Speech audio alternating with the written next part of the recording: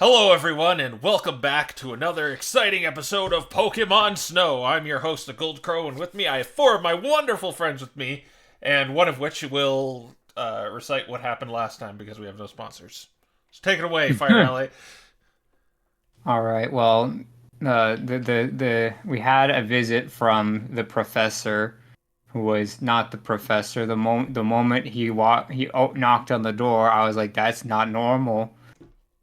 And so we found out it was our friend from Ironbroge, Arlo Quickquill, who is a nosy reporter, and he wanted to get some scoops to, make stuff from, and we were trying to find something to tell him without getting him killed because, you know, that would be bad. So we ended up telling him to go look into the slimes that we've heard about coming out of like the sewer grades, grabbing like someone's pet rat or something, and then going back into the sewers. Very strange. So we told him to go look into that. Then after that, we went to the Expedition Society and found out that they are the epitome of bureaucracy, and because we are a chaotic party, we decided goodbye. That's the long and short of that. I don't know if the Discord has the contract if you're interested. Look at the description. Um, we went to the theorem protest after that, and they told Malcolm that Voss was going to make him disappear or something like that, and we also kind of figured out that the protest is big enough and encompasses a large enough space that no one could leave the building by normal means or really enter the building by normal means. So we knew that there has to be a back door in there somewhere that probably is underground somewhere. And then after that, we finally reached our true destination with our friend Polly. I don't remember what his species is. It's some kind of bird though. I don't think it's Swablu because that It's, would be cringe. it's Porygon. Uh he had a device stolen, and we are pretty sure it was the device we found 2 sessions ago that this Landit we're carrying around. It was a coffee maker, but we'll see if that theory holds out. And he told us about his old professor, Professor Ledrick at Loomhall University, who had a tragic accident and was the, I guess, transmutation professor before Professor Wolverick. And he just kind of wanted to make things better and had some interesting experiments, like turning slimes into couches. And then we found out that the theorem is kind of funding Poly, but he also does not really want to take a side of, the theorem good, the theorem bad. He's more interested in doing his own thing. And then we did a simulation with him, and then after that, we went outside to find all of the slimes had decided to conveniently attack us at that moment. And some of them were hooded figures, which is even stranger. They were animating bones and stuff, very strange. They were trying to steal some blood sample crates, and we took them out. We saved the crates from being stolen. Cha cha cha! Perfect. You get the reroll for the session. And after the battle fatigue wears off, and Kira, who also showed up again, goes Mm. into the outpost. You guys are left there in front of this massive building.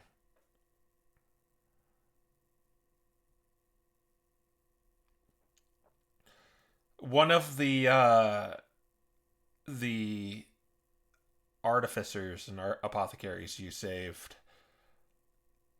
stops you before you are about to leave, perhaps, Yeah. and hands you four greater healing potions, saying, "Thank you for saving us." Ah, neat. You're welcome. We were getting a little low on these. We appreciate this. It's Bill. You don't have to thank us with these, though. We were just at the right place at the right time. Well, it could have turned out bad. The the um the constructs could only they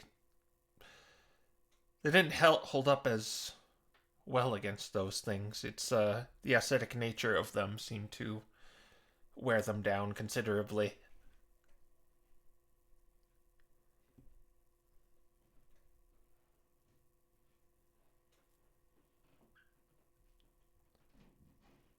But it is no problem. A few potions are worth more than, or are worth less than the lives you saved. I'm glad we were here when we were. And she hands you each a bottle of greater healing, up 4 bottles of greater healing potions. Got it. Yeah. Stay safe out there. Something tells me this ain't exactly gonna be the last those slimes appear. Yeah, it's a. I do wonder where they're coming from. I've heard about these incidents, but I didn't really give it a second thought. Why they'd be after the blood samples, if anything. Do you happen to know what type of samples those are? They're just they're donated blood from various species of Pokemon. Why are they donating blood? Well, for pharmaceutical reasons. What's that? The practices of medicine and what you don't know? Nope. I thought No. medicine was just special leaves. And then you smash them, and then you put them in water, and then it makes a healing potion. Well, that's sort of part of it. We test that aspect of it on the blood, so we don't have to do it on normal people where the reaction might be volatile. It's a safety precaution, more or less. Oh, okay.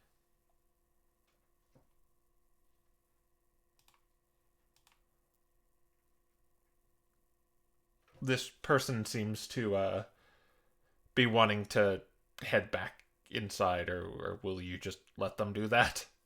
Yeah. We're probably gonna walk back. All right. Yeah, we're probably gonna be heading back ourselves. Yeah, the alchemist goes back into the large building.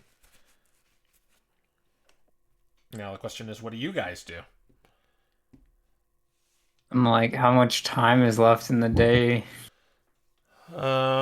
You would be around like 3 o'clock p.m. by now. It's gonna take us a Yeah. while to walk back. Yeah, it would take the rest of the day to get back because there's the closest lightning rail is like here. Uh, Not I unless you think we can get a boat to across here. yeah, no, that's Or can we walk on Crazy the wall? enough that it just might work. Can we go Gosh. on the wall? No, there's no bridges or anything here. you'd Well, have I mean, there's the if you want to get to a lightning rail, it's either this one or this one. Yeah, but the only way to get to this one is to go all the way around. Well, if we go, then we might be able to stop by Anna to say hi and let her know that we're not dead yet. I'm like the thing is the distance to get to like the hotel is, an arbitrary, not 80 feet, but that distance. Whereas Yeah, but- it's like the same distance to reach here, which would mean that we'd be pushing into like the night just to reach this lightning rail here and get back. I will say you will trigger an encounter if you're gonna walk to another location. How I mean, lucky are we feeling, guys? Not. no. we People don't still haven't have slept. we don't have a choice. We have to do it. Well, We can't teleport. No, No, he's saying we would trigger another encounter if we decide to stop and then finally get back to the hotel. Like each different place you're going to is going to trigger a encounter. Well, not an encounter, a dice roll for an encounter. Mm-hmm. So yeah, therefore, if we don't want an encounter, our best bet is to just go to this lightning rail. Otherwise, if we're walking back, we're probably going to have to roll some dice. Yeah, let's just take the lightning rail. You guys are like all tired out from that spent. fight, so yeah. Yeah, Nick doesn't exactly have a lot on him. Also, keep in mind you guys don't have the stuff from here yet. Yeah, Right. We have to Yeah. come back. Oh yes, the things that happen off screen. Yeah. That fight is happening as we're talking. so yeah, we're probably gonna head to this lightning rail and then take it back to the inn. All right. Is that 10 gold from everyone? Well, it's first 5. a dice roll because you're still technically going somewhere. It's just not. Oh, multiple. well, unless you're saying that we can just camp out right there, I mean, we don't really have a choice but the dice roll. Yeah. Yeah. Yeah, that's what Well, that's what I was saying. Actually, here's a thought. This might actually be good. Okay, here's a thought. We could go take it. It cost money, but we could go take an inn at the Tavern Row. That way, we'll be right here at the apothecary tomorrow morning, and then could take the lightning rail to the campus. How much did the inn at the Tavern Row cost again? 10. Okay. See, I think it'd actually be more economical for us to just take the the tavern inn. Well, let me Yeah. ask: would us going to the tavern still incur a encounter roll? I will. I would make it a D8 instead of a D6. Noted. And yeah, I think this is more economical anyways because we'd be taking 10 gold to go there, 10 gold to go back, and then 10 gold to go to the campus. Whereas if we just do this, it'll be 10 gold for the inn and then 10 gold for the lightning rail for the campus. So we'll be saving ourselves 10 gold. So yeah, I think we'd go to the Wait. tavern. Whatever These were your option doing gets us to a lecture. This will I'm just confused where you're getting that extra 10 gold, because remember that it doesn't cost us anything to ride these two. well, okay. We'd have to come back to the apothecary. Yeah, we have to Oh. go back to the apothecary and then take the apothecary to the university. Okay, yeah, I see. That's the part I was missing. So yeah, I think since the tavern row is right next to the apothecary, I think we just go to the tavern row, get it in there. All right, what could possibly go wrong? Why would you say that? What's the worst that can happen? What's the worst that could happen? All right. You know there's two of us with horrible luck in here. Why would you say Don't worry. If we find an empty room, rules as written in the 2014 DMG, we can short rest there. Well, roll D8s and let's see what happens.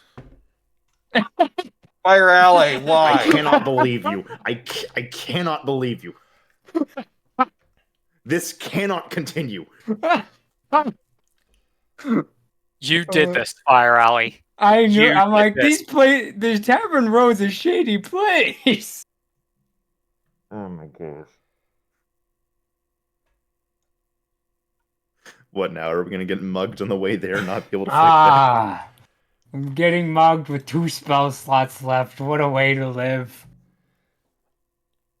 All right. On your way there, everyone but Proteus do a perception check.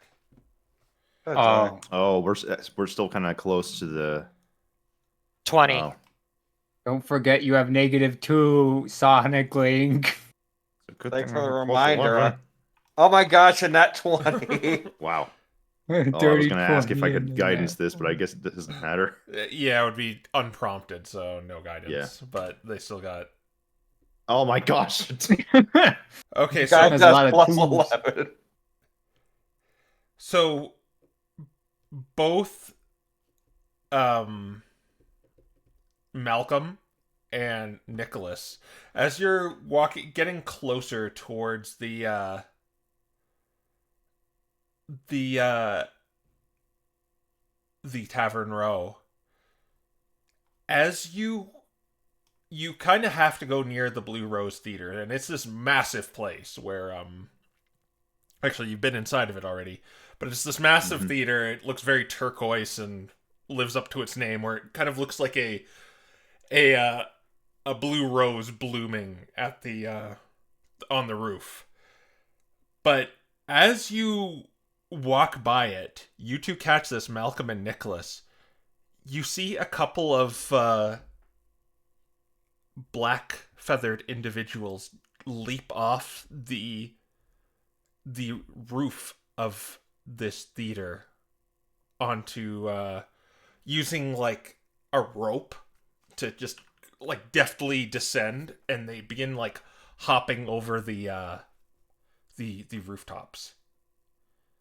It's not really close to you. Like it would be hard to pursue them with how quickly and they move with finesse to track them. But you two see that. Do you think we should warn Ivy?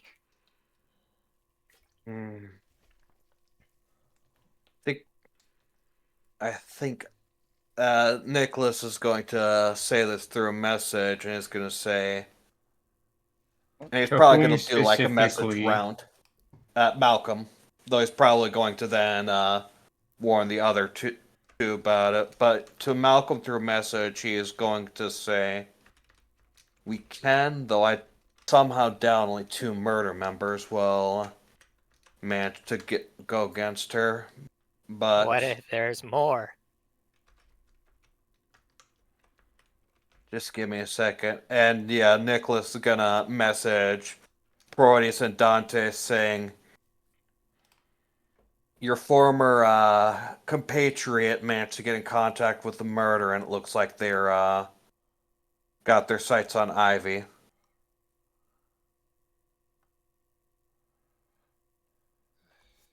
We're going to have to check on her, aren't we? I think that they're more or less just scouting the place out at this time. If they wanted to do a hit, I feel like they would have had greater numbers or different tactics than simply jumping on roofs.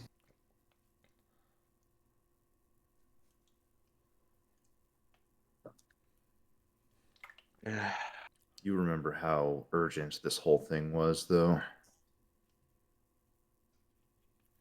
Maybe we should warn Ivy.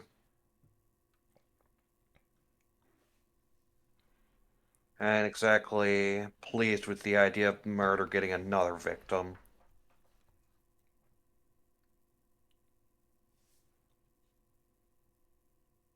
And yeah, as Nicholas says that, unless someone stops him, he's gonna begin making his way towards the theater. Okay, Nicholas begins heading towards the theater. Malcolm's rolling along with him. Okay. Guess we're going. All right.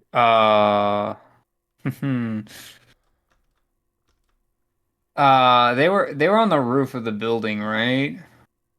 They were on the roof of the theater, and it's kind of a massive building compared to everything else. So they like descended a rope, and they begin like hopping over it looked like an escape route to Nicholas and Malcolm. There's no commotion anywhere. In fact, they were so well hidden that like there's other people around you that just didn't seem to notice them.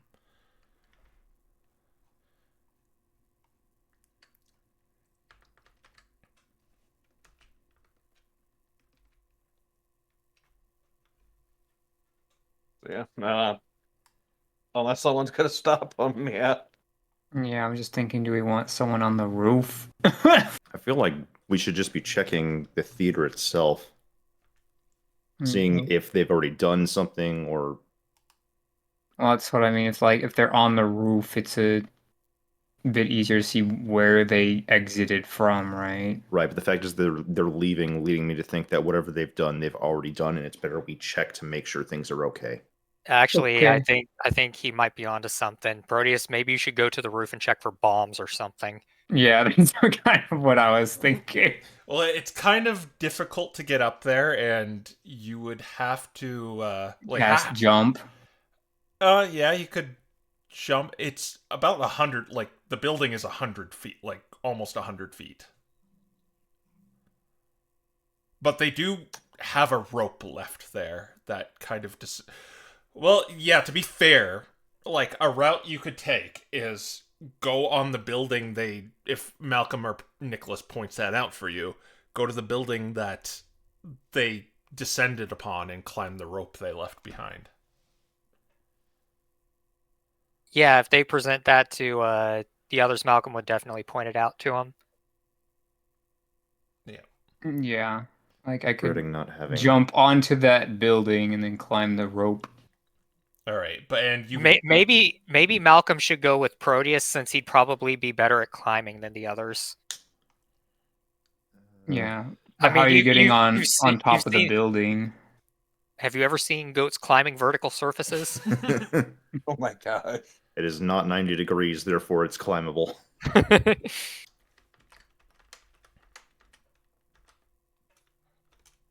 all right. So if I'm understanding this right, in order to get up there, we're gonna have to cast the jump spell, jump onto a building, then climb the rope they use to get onto that building.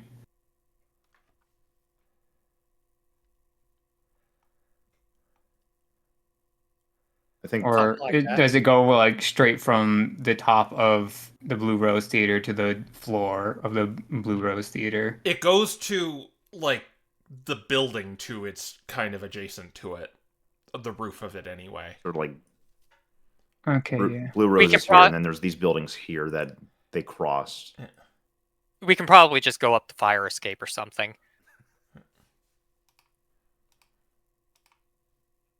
Yeah. I'll probably cast jump anyway. Makes it so I can be a bit faster, and if bad things happen, I don't want to have to waste my bonus action. Okay, so the plan is Malcolm and Proteus are going to check the roof, and then Dante and Nick are going to actually go in and check. All right. Yep. Okay. All right. All right. Final answer. Final answer.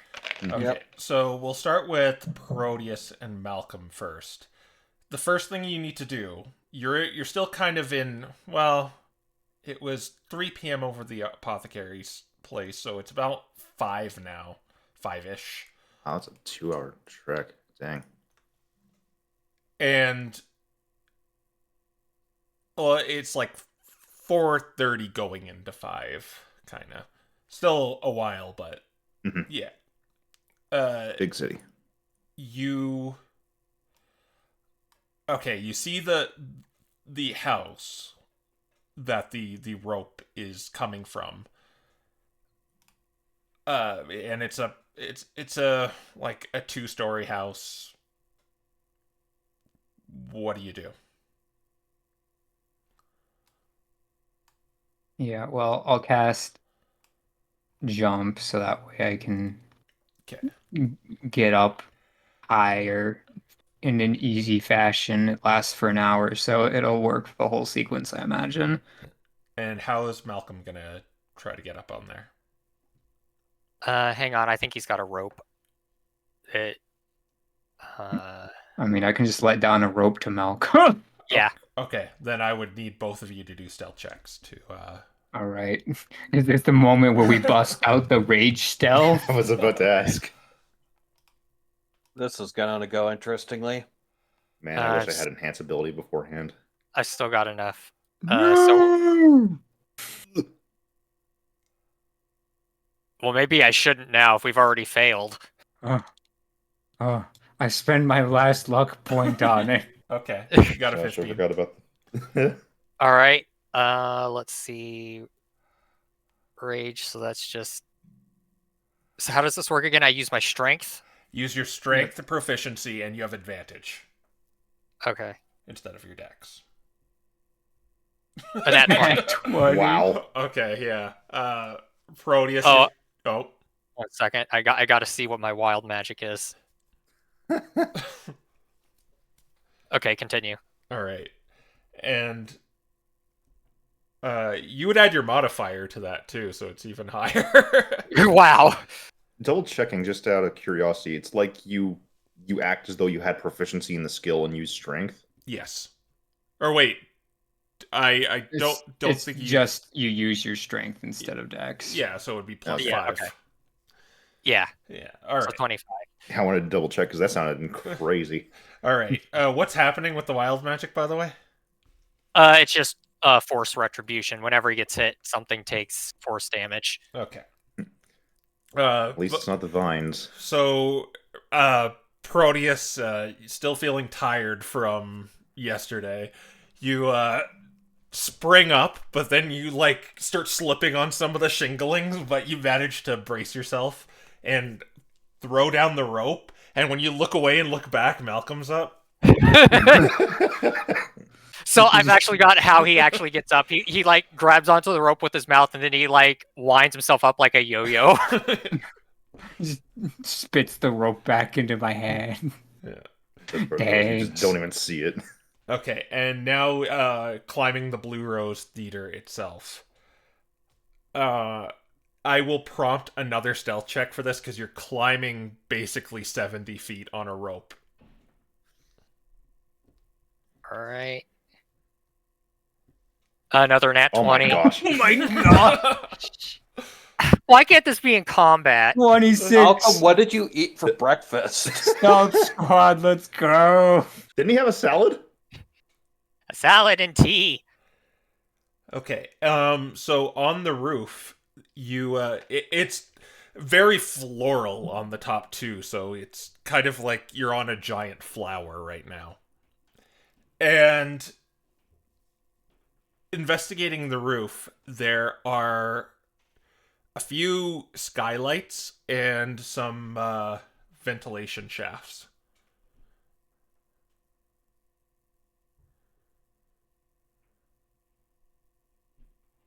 Do you think they went down these things? More like, which one did they come up? I mean, the skylights have not, they had to have gone through the ventilation, surely. It's the only thing that they could climb up. Because none of the skylights look like they lowered themselves down into the theater with them, right? Well, if you look down into the skylights, you notice a catwalk above the actual stage. And it seems like there's some people down there. It seems like you just see Pokemon moving equipment. And they're 100 feet down, so it's kind of hard to make out who's who.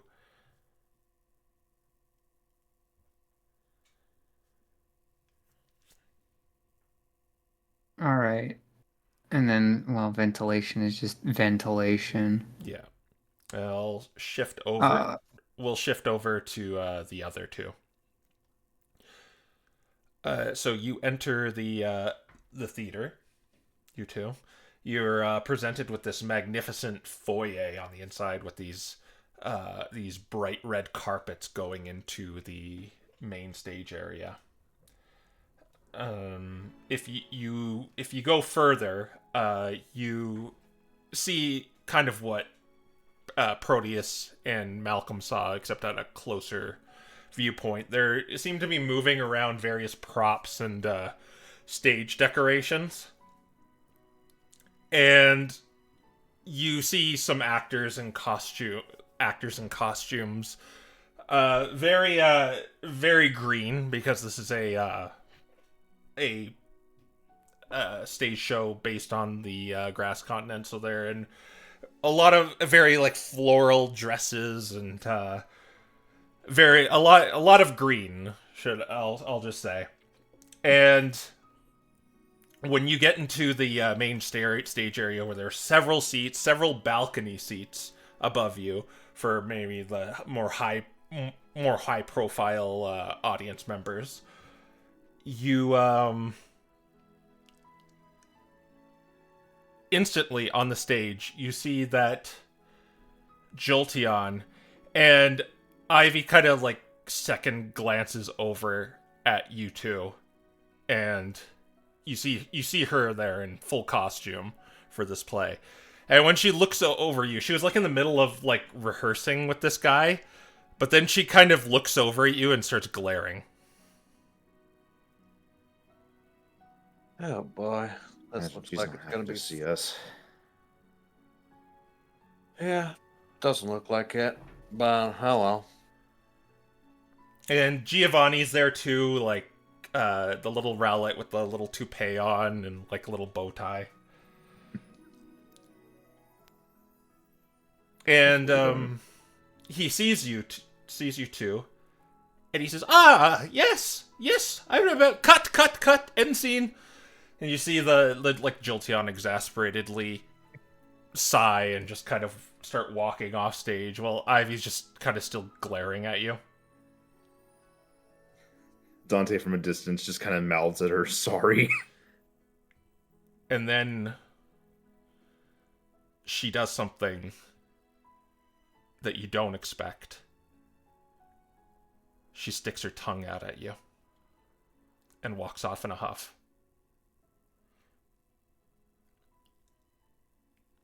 Huh. No one really saw because everyone's back's turned. She made sure to do it when everyone's back was turned. Oh boy.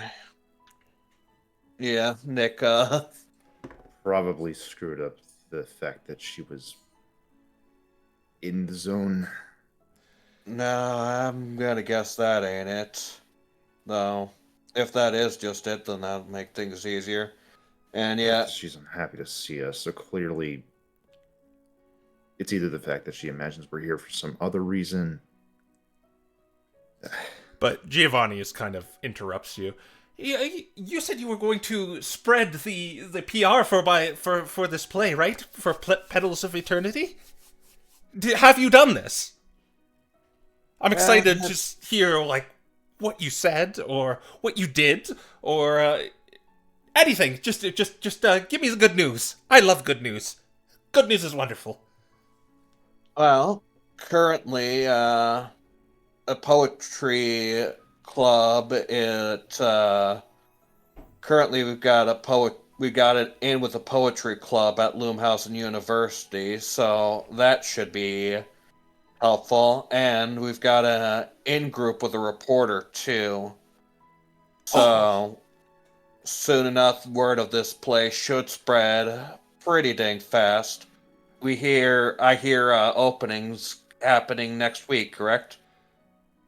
No, the opening is not happening. We're hiring the well, quote unquote illusionist department of the school to help set up the special effects and props. It's gonna be I'm sparing no expense for this for Petals of Eternity. It's gonna be the greatest show, and you got a reporter. Oh, we've been subject to awful slanderous smear campaigns in the Loomhausen press. I assume he is a credible journalist. Yeah, sounds like he is. So. And what publisher does he work for? I think he's an independent, isn't he? Nick shrugs and looks at Dante as if he would know better than him.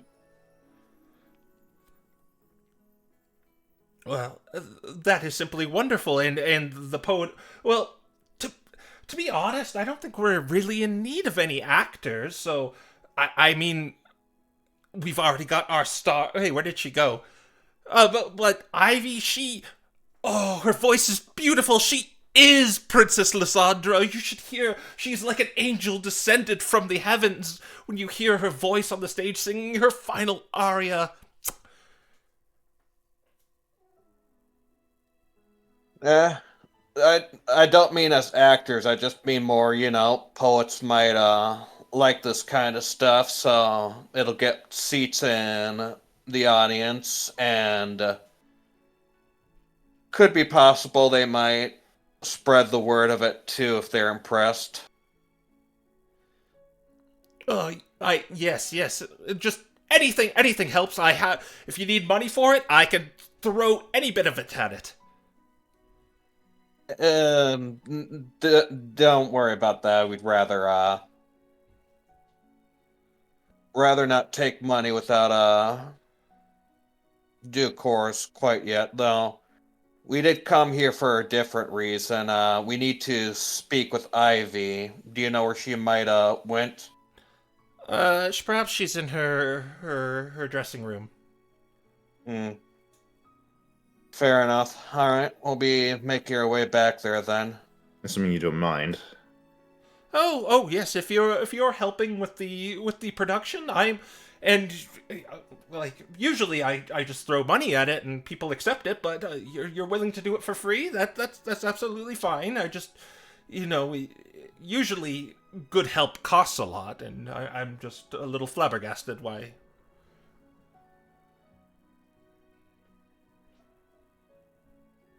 But yes, hers. I believe she took you to her room last time. Do you remember where it is back there? Yeah. All right, thanks. And yeah, Nicholas starts walking off to get out of this awkward situation. All right. Yeah. You go backstage where you see several Pokemon working, and they seem to be doing a decent job. Like, with these props are pretty high end, and the sets are pretty well made. Despite what you've heard about this guy. But you make your way to the dressing rooms, and there's kind of like... There are these little rooms with, like, a first initial and last name, and then there's one with, like, a gigantic star on it and, like, jewels under it, and it says Ivy. Alright. Nick walks up and knocks on the door. Imagine Giovanni was the one who came up with this design for her room. She, as you knock, she opens the door, and she looks pissed off at first. It's like, oh, my wonderful fans! Would you like to come in? Yeah, I think we should, because it looks like something happened. Oh, I yeah. promise we're not here for any nefarious purpose. Well, come or in. concern. Yeah, Nick walks in. And she closes the door behind you. Okay, what do you two dummies want, and where's the other two dummies? Well, That's kind of why we went in this way. basically, to make a long story short, the murderers after you. We saw them on the rooftop. The other two are currently trying to make sure they didn't put any traps there and figure out where their escape route is. Okay. Well, It's honestly as simple as that. Just, we were on our way back after some interesting things happened at the apothecary, but what, do you think I'm involved with whatever happened there? Because I'm not. I didn't say nothing about that. Well, nor did I then believe why- anything about... Well, it seems awfully convenient you're here to warn me. well, the apothecary isn't the same as what happened here, which is seeing murder on the roof of the theater. That's basically it. You can believe it or disbelieve it as much as you want, but that's why we're here. Well, I just thought we were in the understanding I would leave you alone if you left me alone. And, forgive me if I'm a little hesitant to be around you after you killed my brother. Not that I liked him or anything. I'm kind of glad he's dead, actually, because he was probably going to try and kill me eventually. So thank you for that. I know your little friend is wearing his scales as armor. That's a little macabre, don't you think? But at the very least, I'm glad he's dead.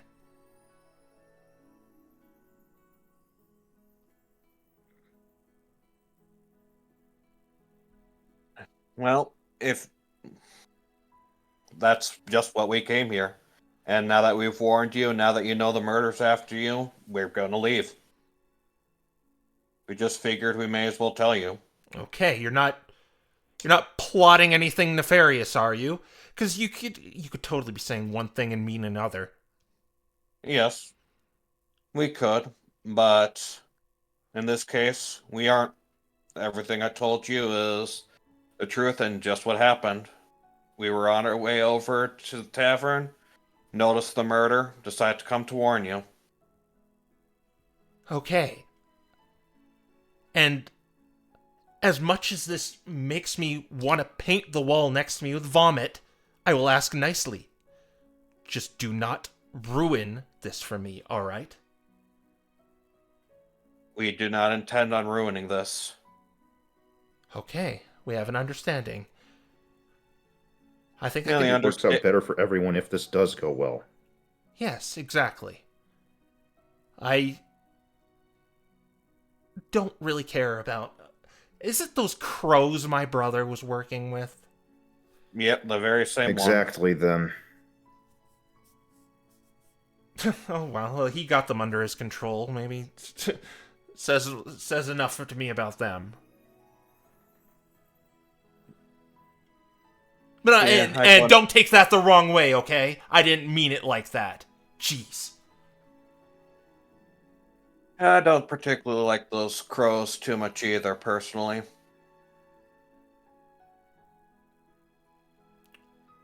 Okay. You said your piece? Yep. Going to leave now, right? Yep. Okay. Good luck with the performance, and yeah, Nick leaves. Okay, she opens the door for you.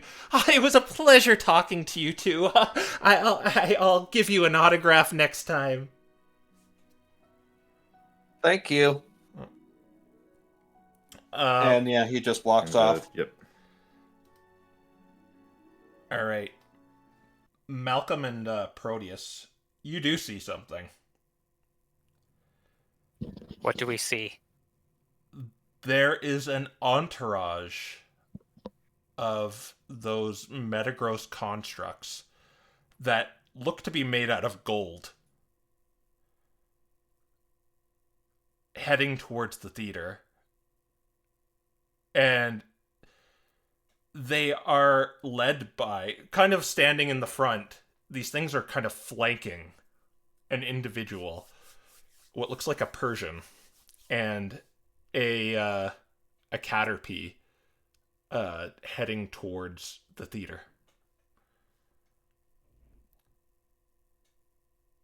So the Caterpie's a Pokemon, or is it one of the constructs? It's a Pokemon. Okay. Sorry, writing all this down. They're in a very kind of professional formation, kind of flanking these two. What do you think that's all about?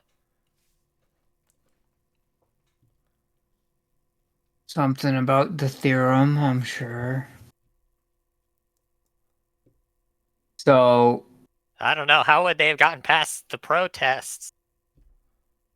Unless... Oh no! What if the Metagross destroyed the protesters? Malcolm's gonna look from the top of the theater over to where the protesters are over here. Do a perception check, except this is going to be a little difficult. All right. Well, let's see.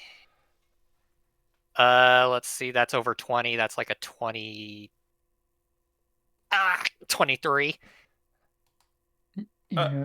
You do see like little dots moving around this area here in the distance. It's really hard to make out, but you can kind of see it.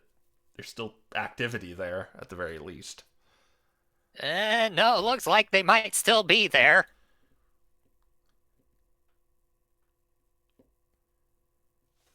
The first thing we need to do is figure out what the murder was doing here. See if you can Right. find any clues, Malcolm, where they might have gone, footprints, anything like that. Okay. So Malcolm's going to check around like the skylights and the ventilation vents for things like black down feathers or footprints or anything of the sort. All right, do an investigation check. All right.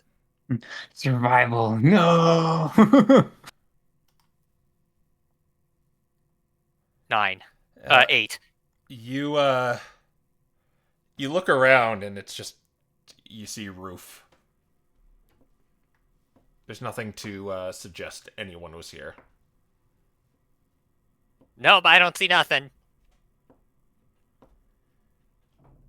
All right. Well,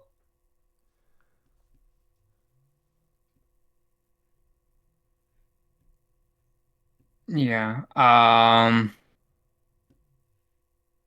guess I will go and try to uh drop down through the skylight. I'm assuming that's what they did because it was pointed out to us, but Yes, you could um it has a lock on it. yeah. I mean, does the lock look like it was opened recently? It's fastened right now. It's like kind of a sliding kind of mechanism, but it's like if you're asking if you could unlock this with the yes you can. All right. Let's go with the thieves' tools because I'm pretty sure they came this way.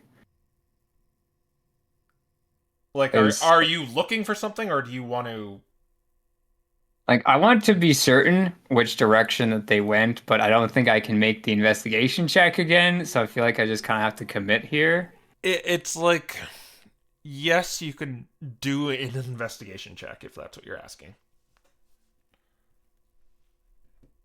Okay, because I mainly just want to figure out which way they went or they opened up to get inside.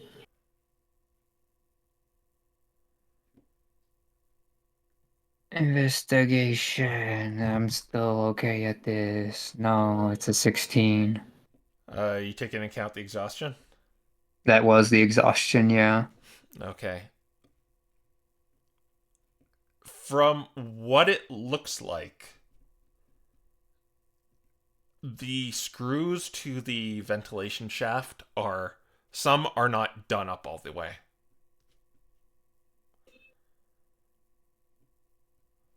All right. And that's where we're going to go. We're gonna follow the trail. You're gonna go through the vents? Mhm. Yeah, I think that's the Okay. best thing to do. Okay. All right. I'm a small creature, so Yeah, you could easily hop into the vents.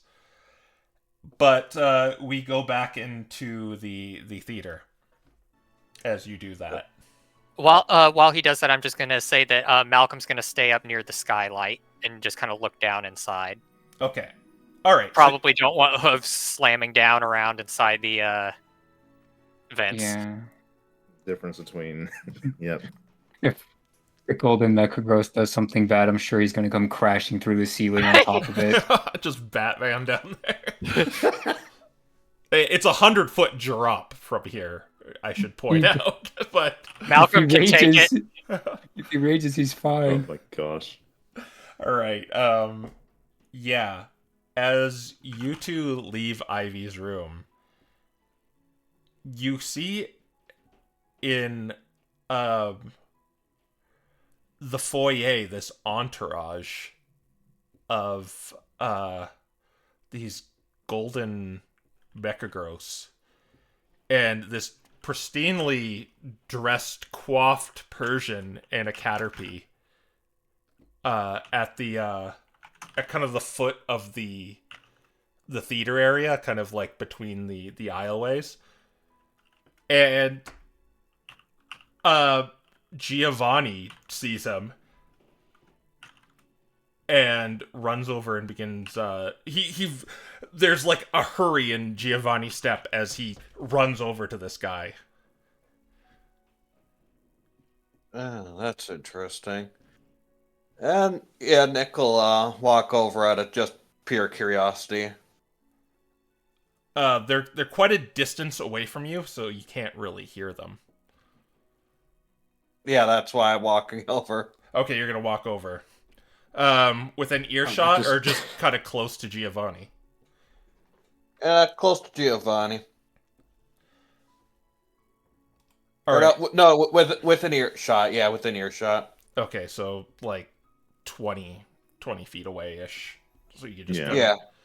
But it is kind of going to be awkward because he's up in kind of like where the seats are, so you're just going to be kind of like sitting down with no one else around. Yeah. I don't know if we're really as good when it comes to spying in on this. Problem is, are these metagross, like, they're gold plated? Is it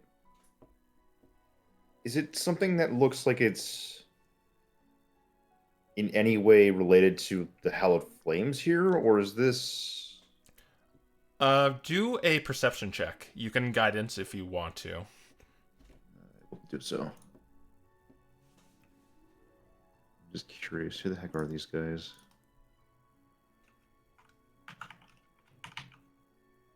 D4. Oh my gosh, my rolls. That's only a 16. That's good enough. You're looking for a 15. You see they have logos on them, and you're pretty sure that logo you saw on the fountain by the Deuterium Corporation. Okay. So that is the theorem out here. And getting a closer look at these metagross too, they seem like a step up above the ones that were defending the artificers and apothecaries. Like they seem to like have just a superior mass to them and superior just movements where they move very quietly.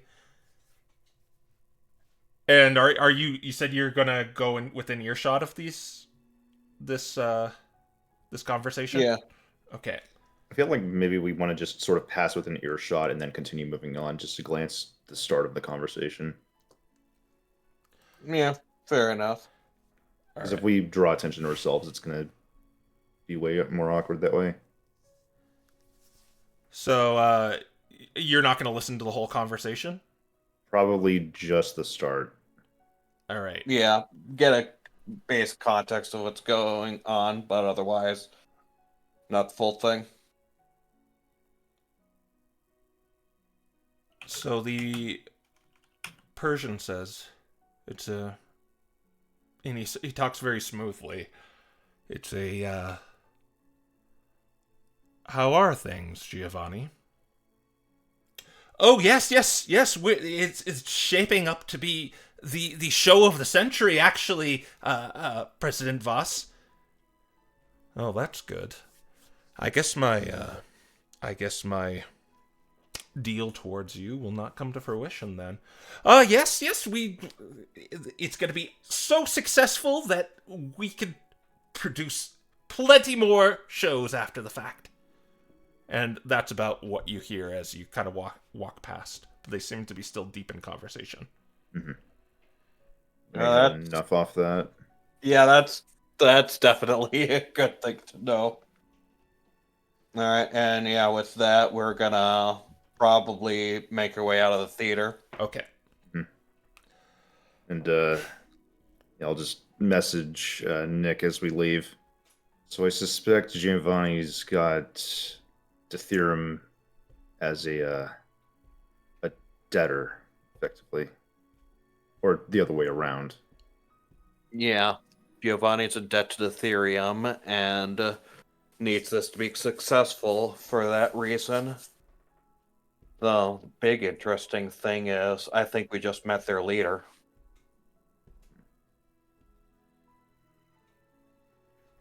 And you see the Caterpie also just standing idly by, not really saying any. She doesn't say anything. Possibly the secretary too, but who knows? Either way, this is fascinating information, but we'll keep it in our back pocket for now. Okay. So Proteus, going through the ventilation shaft, you are high above the theater, and you see Giovanni and that entourage talking through it. You are kind of above the stage, and there's a catwalk below you.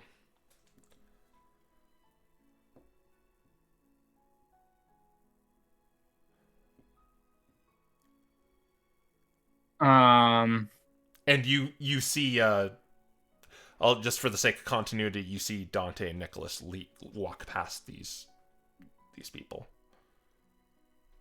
Yeah.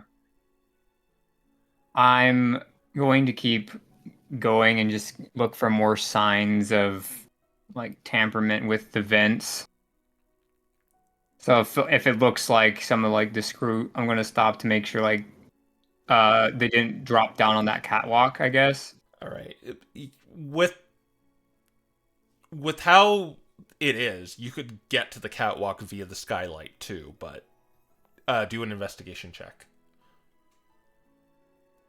All right. 19. Yes, there are more kind of half-done screws in here. All right. Then I'm going to head on down. Head on down to the The catwalk. catwalk. Yeah. Assuming it's a drop that Yeah. isn't going to be like falling prone. Yeah, you could take it off the vent off with your thieves' tools and kind of drop down onto the catwalk. And kind of on either side, there are two kind of steps that go down to the stage from the catwalk. And you see various ropes and like set pieces hanging from up here.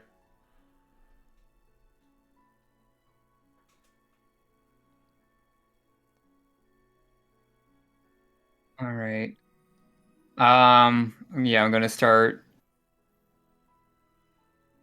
try to keep following their trail, see if they've messed with either stage equipment or if they seems like they had a Wait. different room in mind. Wait, you're behind the stage, so yeah, I'm gonna say do a perception check right now.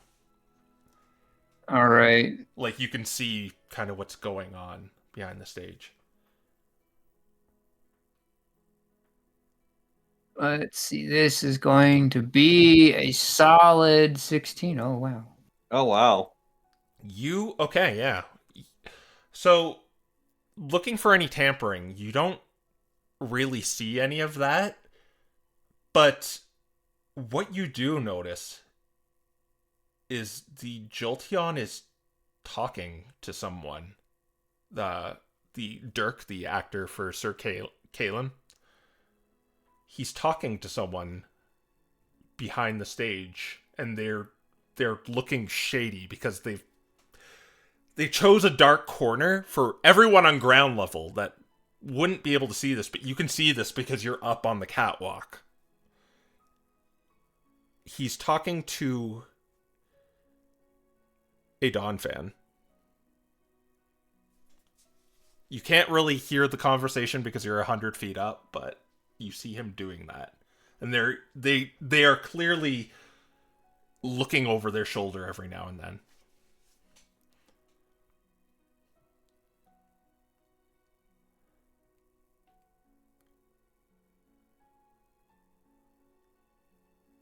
Yeah, I don't think that there's much I can do about that. And they exchange something. And then Dirk begins stomping off stage, up the aisle to where Giovanni is and this entourage.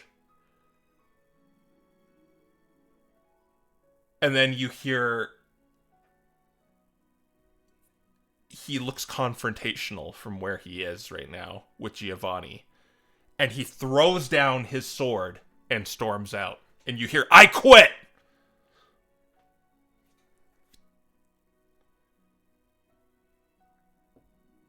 Well, that might be good news in the long run. All right, and what would you do from there?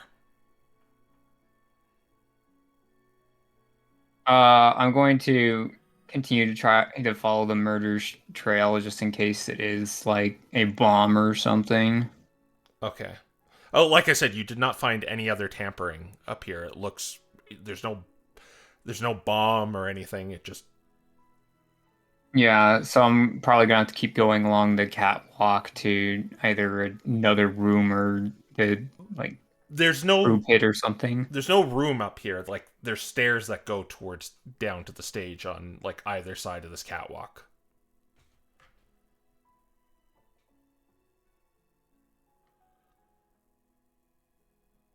Okay. I don't think I'm able to hear the Giovanni conversation, right? No, way too far. Way too far. All right. Then yeah, I think I'll make my way back up then. Okay, so and Malcolm, you just basically see Proteus kind of moving along the catwalk occasionally and looking over the edge. All right. Could Malcolm see the sword being thrown? No, No. Okay. yeah, you're too far away from that. You don't have a Okay. vantage point. All right. So you're just going back to Malcolm then? Yeah, I think so. Okay. So how are you getting back there? Just gonna jump back into the vents and then close them up and go Okay. back. That's what I was looking for. Closing them up. All right. Yeah. All right. Okay. Yeah, you were back on the roof. And at that point, we shift over to the Nicholas and Dante. So when you're out in the streets, perhaps waiting for Proteus and Malcolm to get back, you see Dirk begin stomping out and walking past you guys. Are you okay, dude? Oh, yeah, I'm absolutely fine. Know your business. And he just continues walking.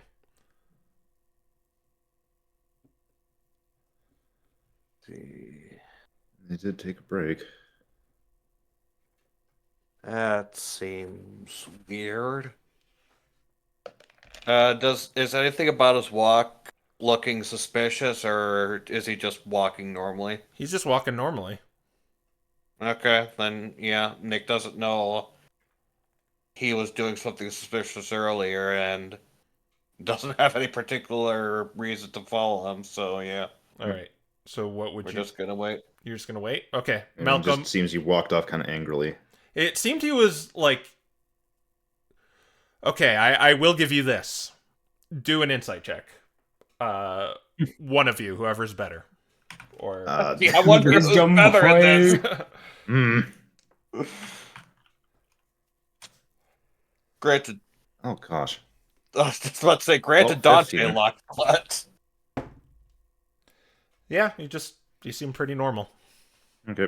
Yeah. Just having a break then. I guess he just wanted to go get dinner beforehand. Okay. Maybe they're just Yes. done for the day. And you two are just gonna wait for Malcolm and Proteus? Yeah. Mhm. Okay. Malcolm and Proteus on the roof. What do you do from here? Get down. All right, that will require 2 stealth checks.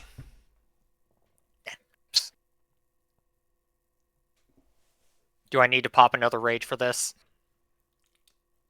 It's Probably. descending the 70-foot rope and then descending the 30-foot rope. Okay.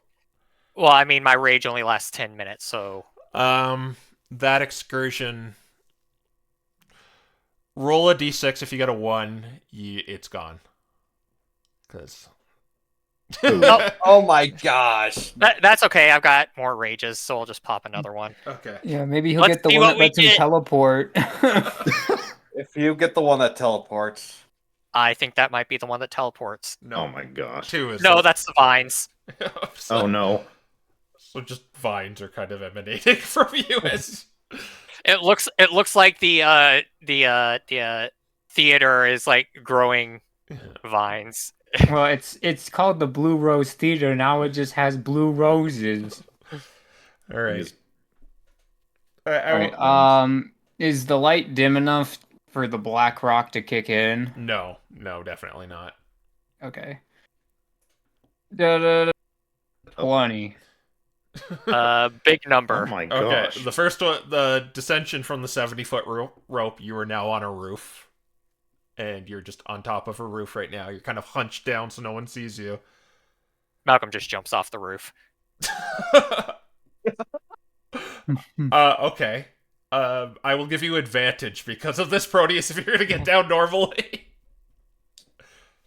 Yeah, I mean, I might be able to do some tricks with jump a la Spider-Man, where I hit like smaller and smaller points until I make it down safely, like an alley cat. But Yeah. other than that, yeah. Okay, yeah, I'll give you advantage. All right. I'm probably providing enough of a distraction too. Just Yeah, 26.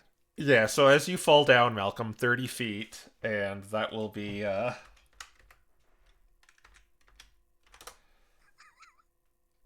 1, 2, 3. 1 point of damage.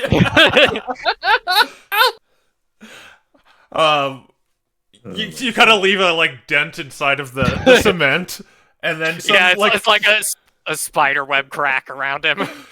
some citizens rush over to you. It's like, "Oh, are you okay? What happened?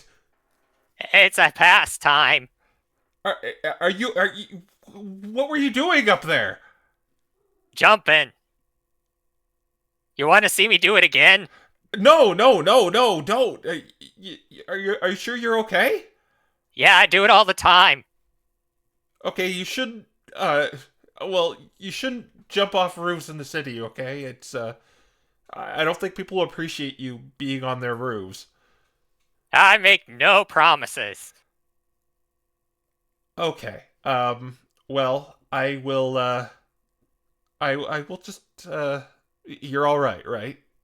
Yeah, Okay, I'll leave you alone if that's true. Just don't. I strongly advise you not skulking on people's roofs. They might get the wrong idea. oh, okay. And, Can I jump out of trees? Oh, wait, there aren't any trees here. Never mind. right. And the citizen just kind of walks off. All right, yeah, you are able to reconvene if you walk back. oh, the Malcolm way of stealth. Alright. So, how was your investigation? It was fun. I got to jump off of a building. So that's the crack I heard. Yep. Okay then. Seems like this was a scouting expedition for the murder, from what I can tell. Though, I think that one of us is going to have to go in there between you or me on a more permanent basis. Excuse me? Dirk, announced that he quit, and unless we can either convince him to go back, someone will have to try to fill in the role. And I don't think that's going to go very well, but at the same time, this is our best chance. Maybe I could clone myself as a Jolteon or something, and we can just play it from there. Well, I mean, So here's the thing, like, I'm decent at performing. I say as if, well, no, actually, I'm decent at performing, so it's not like I couldn't do it. Granted, my abilities in general aren't the best while I'm half asleep, but Ivy, we warned her and she's made it pretty clear she wants nothing to do with, like, any of us. And I kind of want that to be mutual. She But was not happy to see us. I bet Yeah. she'd be less happy if the whole thing got ruined. Exactly. She needs us one way or another. Maybe she'll accuse us of orchestrating this whole thing. Maybe I can just go in as a Jolteon and see what we can scrounge out until for the entire thing. She'll suspect we sabotaged it no matter what. You know that's going to be the fact. It's either we try to do damage control right now or we just watch her rage. And then probably blame us for Dirk quitting. Why'd he Damn. quit anyway? I'll be honest, my skill set probably leans more towards the backstage than the front stage. However, at the same time, I stand the best chance of being able to stay hidden as an actor. Right, but like Malcolm said, why did Dirk quit? Somebody gave him news he was not looking forward to, and from what I can tell, it seems like it was not to do with his current contract with this play, but something more shady or impersonal. We can try to resolve that, or we can try to stand in, or perhaps both. Sounded Offer to like be he an was, understudy and see if we can convince him to come back. maybe he was bribed. That's a possibility. He is an actor. He could have acted mad. well, like I said, I've got some amount of theater knowledge, so I guess it's a toss up. I mean, I'm technically a grass type, and that's what the performance should be, but Oh, then that's Yeah. a good point. Price will just speak in grass and say, but that's not and it but so can I. yeah. Malcolm's gonna say, "Me too." And Price will say, but you can't become a grass type. Aw. Wait! And he points to all of the vines that are currently growing around him. Just like peeking, like weeds coming through the cement. Yeah, and he's just like pointing at them enthusiastically. In any case, the biggest risk we'd run into if you were to go is the possibility that something might break your illusion, whereas this is an illusion. Yeah, he's the Speaking of real grass illusions, cat. Well, costumes are very effective. I know my way around both them and the illusion. well, let's not forget also that I think, Limhausen's illusion-focused class is going to be helping out. yeah, that's the role I was kind of, if we were to keep an eye on this play, that's kind of the role I was more expecting you to play, working with them. Not to mention, you said that well, even they already know the reputation this place has. If you do want to do it, I'm not opposed to it. It just means that we'll have to, a lot of our plans involving this are going to have to be potentially altered. Nah, I think Nick should do it. As you're having this conversation, that entourage begins walking out.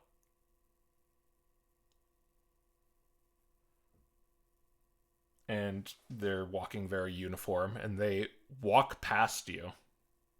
They just kind of walk around you.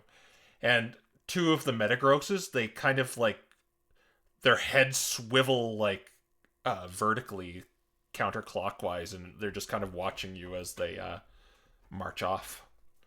Malcolm waves.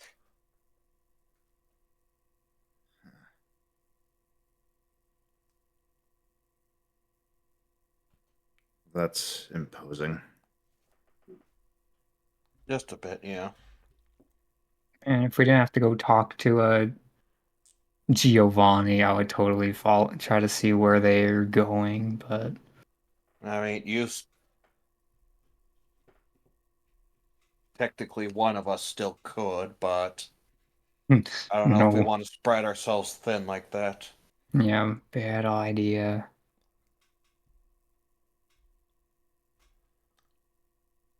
So we're gonna go back in and talk to Giovanni then? I think so. Ivy's gonna murder us. How are we going to explain that we knew that he quit? He stopped. He screamed it. He was not subtle. He threw his prop. It's not hidden information. Even Theorem knows he quit. And if I were to take a guess, they're probably why he chose to quit.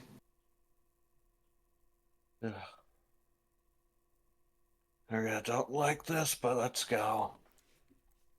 Back into the theater. Yeah. Yep. Yeah.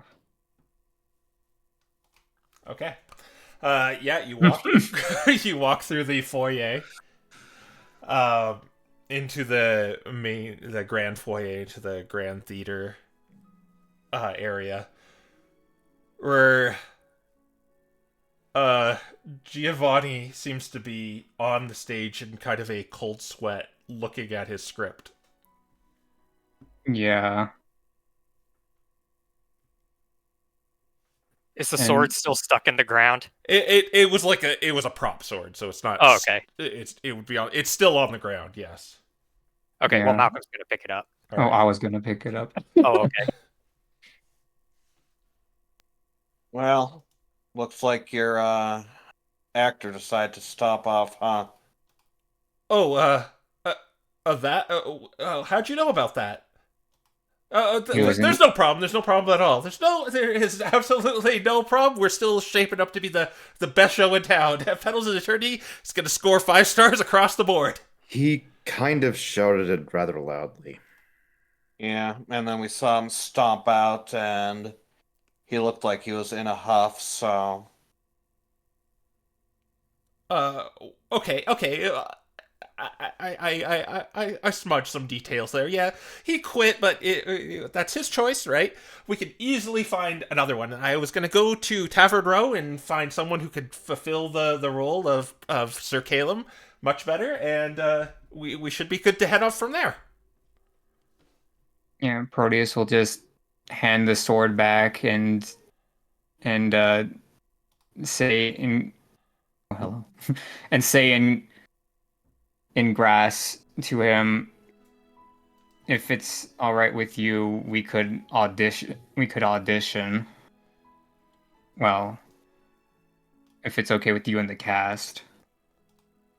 Oh, what are you going to audition? Yeah, so you said you were involved in poetry. That's wonderful. Which one of you would like to audition for the role of Prince Caleb? Well, ideally, it wouldn't be better if we both auditioned and you chose who you thought was best. Okay, yeah, that will be fine. We can do that right away. And you kind of see Ivy again on the stage, kind of doing that teenage girl thing, like making those really long sighs that are audible and glaring at you. Yeah, I guess Proteus would also say... Sorry. Proteus would also probably say, and of course, if he tries to come back, obviously I would consider us to be more of an understudy than anything. Okay, that will be fantastic. We'll hold auditions right away. Here's the script. Share it between you two. I'm not going to say what the exact lines are. But he's going to do an impromptu audition process to it. Oh boy. We'll be setting up rehearsals that you don't have to come here every day, but I wish for you to come on the exact same day the special effects are going to be set up, because we're going to see them in action during the magnum opus that our lead lady here, Ivy, and as he looks over to her, she's like smiling again, like very demure. But then when he looks away, she's still glaring again. Will be singing for us.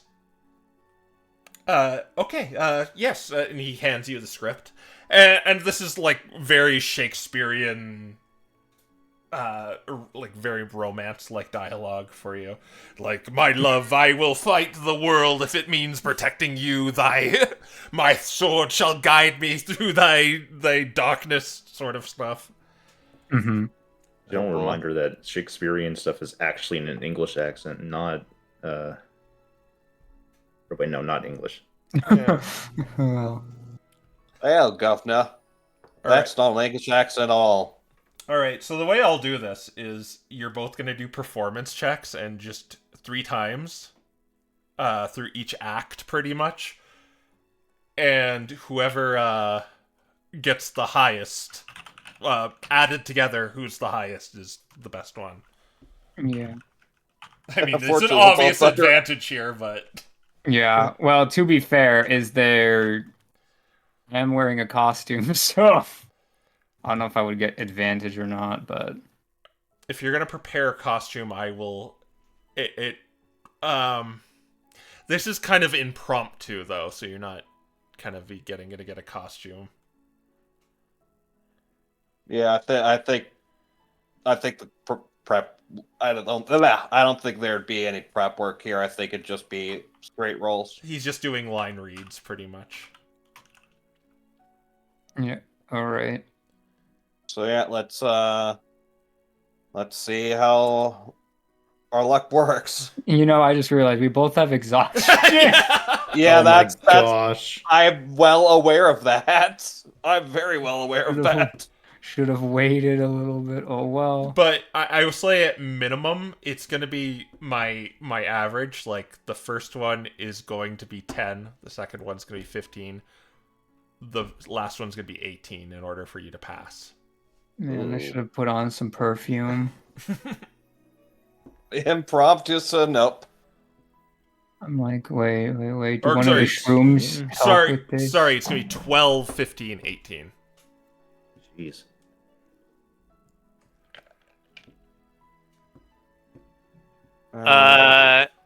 Bolstering magic adds to skill checks, right?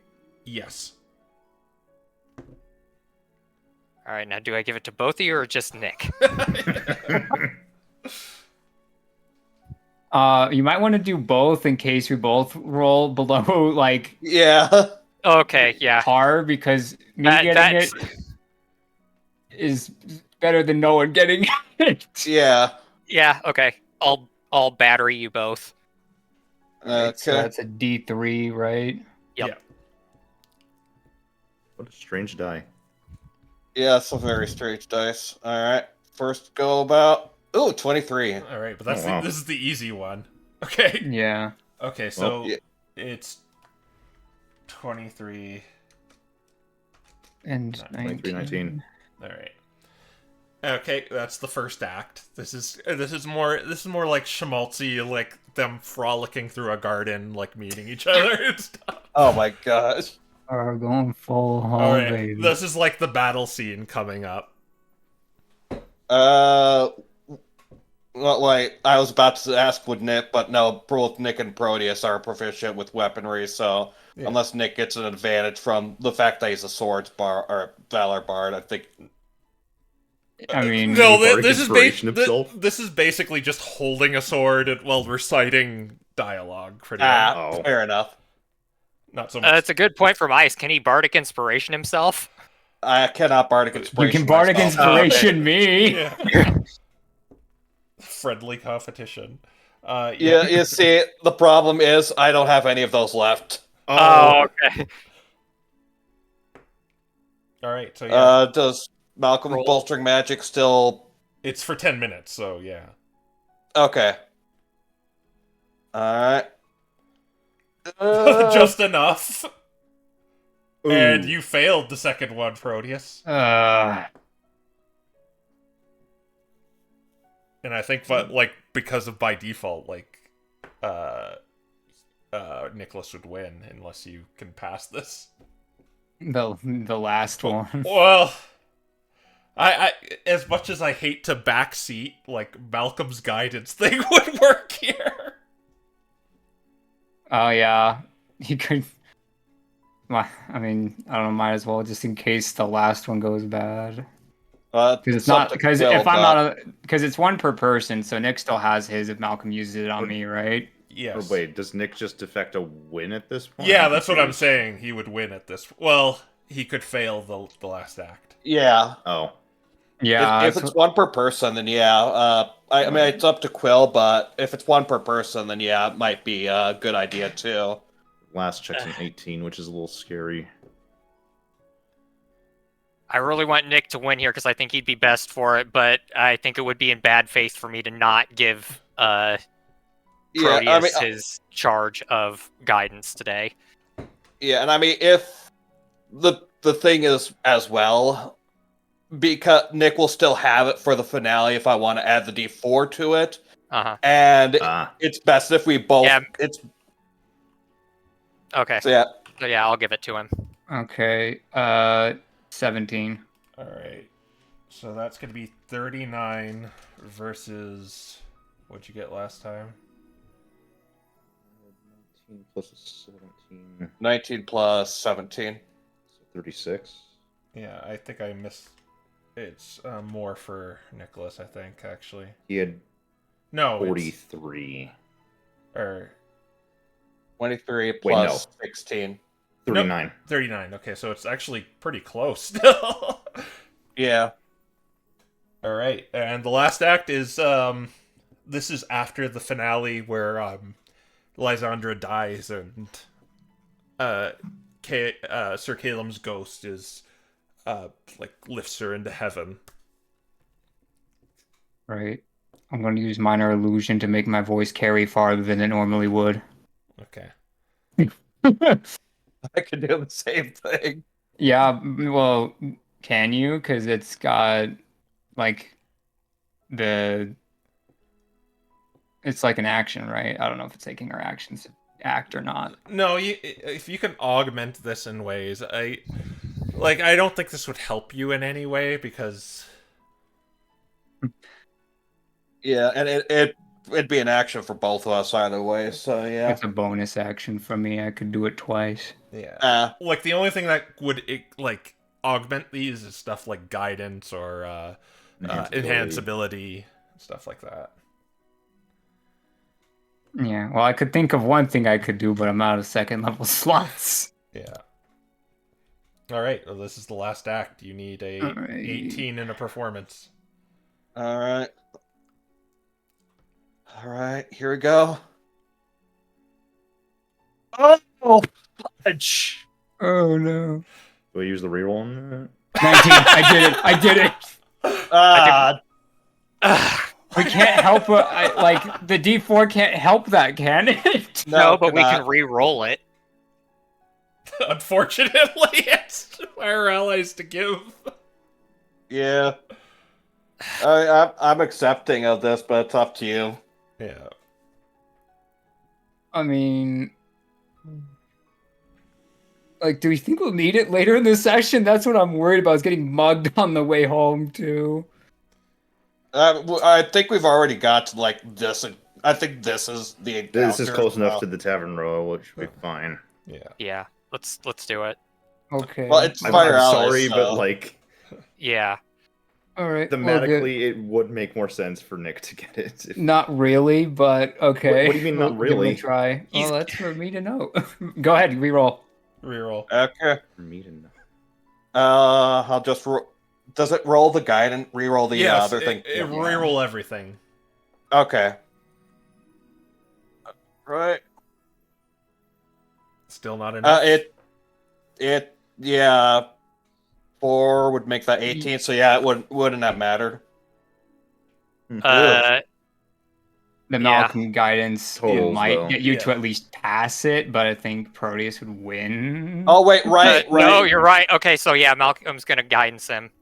Okay, yeah, I'll need the 4, but nope, not enough. Okay. Yep. Well, Well, I we don't tried know. our best, guys. I'm Hang sorry. hang on. We're not done yet because that's a 16. So I think it would be a tie. No, because He you need needs- an 18 on the last one I to need pass. 18 to pass. Oh, he didn't Oh. The pass final it. act, yeah. Yeah, I didn't pass the final act. Gosh dang it. Fine. Well, at least one of us passed. Again, I'm sorry. I gave you my best, dude. This is the Yeah. nature of D&D. I want to point out something. The nature of D&D here is like this whole theater excursion derailed what I had planned. You think it didn't derail what we had planned too? All right. Well, in any case, that's what you just do. You roll with it. No pun intended. Here we go. So during the final act, because of the drowsiness, Nicholas, you let out a yawn in the middle of like your big grandiose death speech. But Proteus, not as theater savvy as you, seems to pull it off extraordinary well, like just becoming a different person from what you know of him, as he kind of settles into the role as this knight of the grass continent. That was originally supposed to be a Grovile, but here he is as a Stantler that is really a Zorua. And Giovanni starts clapping. Magnificent! Magnificent! Oh, you did... This is a blessing in disguise. You are much more fantastic than Dirk ever was. You have the role, good sir. You have the role. He hands you the script for you to rehearse. We will have rehearsals a week and a day from now, next Friday. Well, you could just come at the same time as the special effects crew will get here from the university. Just early in the morning. All right, and he'll say thank you. He'll just kind of like say thank you and all that. And Ivy comes over to you. Wow, such a great job. Can I speak with my co-star for a second? Let's just see if we have chemistry, Giovanni. Would you be a dear? Oh yes, certainly, Ivy. This is magnificent. It was. Oh, and he begins like hugging all the like a stage crew and stuff like that, and like doing like the Italian kiss on the cheek thing. Oh my gosh.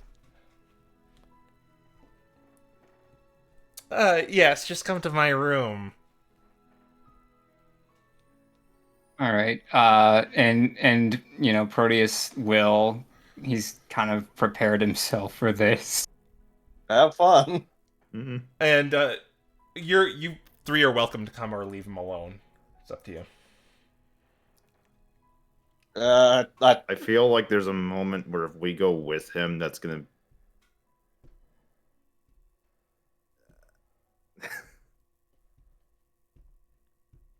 Is there something to be said if we let him go alone and like? I think it'd be better if we let him go alone because that way, at least it doesn't look like we're plotting something. It's also purposely allowing one person to go off and be vulnerable like that might make her think otherwise. I don't know. I have ways out if I need them. Yeah, I think it's better if we. So I don't think she's gonna kill him unless she's. Have you seen how mad she has been? I mean, yes, but still, I don't think she's gonna kill him because he won. So yeah, he's that is true. If he shows up, gets the spot, and then suddenly disappears like that, that's yeah. Fair. So I don't. I think we want I trust him going alone. Yeah, I think we want him to go alone as a sign of non-aggression. All right, Proteus, join me in the private room. Okay. Have fun.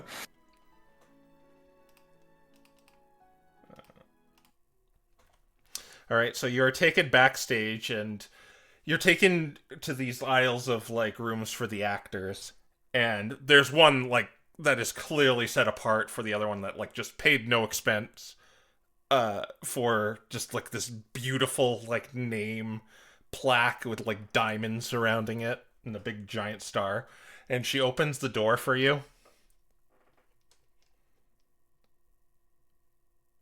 All right, yeah, he'll go in first, but he's definitely gonna like try to keep watch for her to maybe shut it on his like tail or something, because she might be that mad. But she does slam it behind her. And Yeah. she turns around and says, "What the hell are you doing?" And Proteus is just going to say, "I'm trying to give you the chance that you want. He walked out on you." She could find another actor. He They are paying people off to quit. I saw it happen. Who? I think it's the theorem, but there was a Dawn fan that came in here. I don't even know what everything is going on. There's far too many groups coming into here, but I want to give you the chance to do something that you want to do that you don't feel like you're forced to do. The Dawn fan. That's Charlie. He's a lighting guy.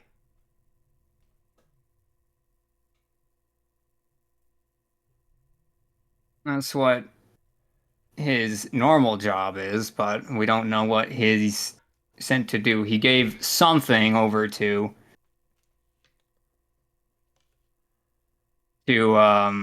Dirk before Dirk ended up leaving. And I mean what I said, if someone better comes along, I'm perfectly fine with stepping back. But considering that Giovanni has a reputation, I want to give you the best shot that you have. Oh, you think you're an actor? Contrary to popular belief, that's something I do have some experience in. Oh, trust me, I know all about you. Yeah, I know. I don't know how you or your brother found out about me or my master, but you know that this field of work is something that I am in line to do, something that I do have experience with. Well, from where I'm standing, I kept my end of the bargain. I have not interfered with you guys, have I not? Yes, but someone's interfering with you. I don't want you to lose your only opportunity. Why do you care about me so much? Because you're doing something that I wish I could have done a long time ago. I was forced to run and hide and put everything down in order to make sure that was safe rather than being able to do anything I actually wanted to.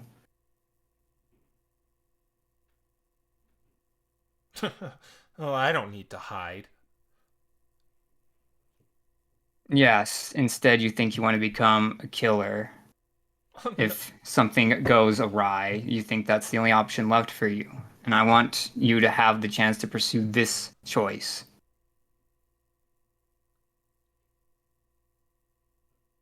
Okay. What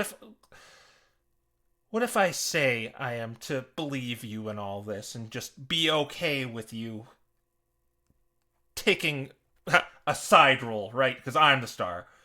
What do you plan to do with that?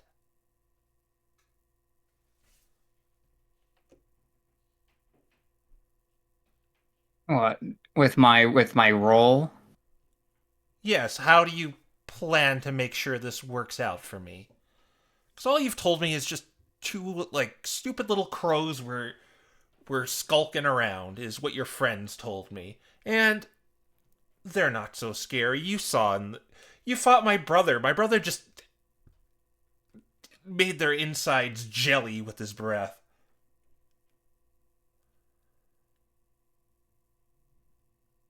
Because whom they're working for gave us that sword that killed your brother. That's why I'm concerned for you. I don't know what the extent of of his resources are, but I know that if he wants someone gone, he'll find a way to get the resources in to do it.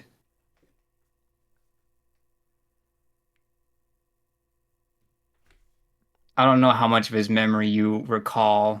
He's going to make a minor illusion of it, but as you can see, I don't even think that blade is from our world. Yes, that is a very intimidating blade. Get it away. I don't want to look at it. Yeah, he'll remove the illusion of it. He wanted us to kill you. I wanted to talk with you. He was not pleased when I told him I wasn't going to become a mindless murderer. I don't want to continue to live my life in a way that I feel like someone else has forced me into doing something because the option I chose was destroyed by another person. If I can, I want to change that. Not just for myself, but for you as well. Well, let me tell you something. I am not my mother, and I am not my brother. You know what they have in common? Besides being dead. Well, that's a spoiler. Yes, they're dead at the bottom of caves. And I'm not going to end up dead at the bottom of a cave. I am going to be a star.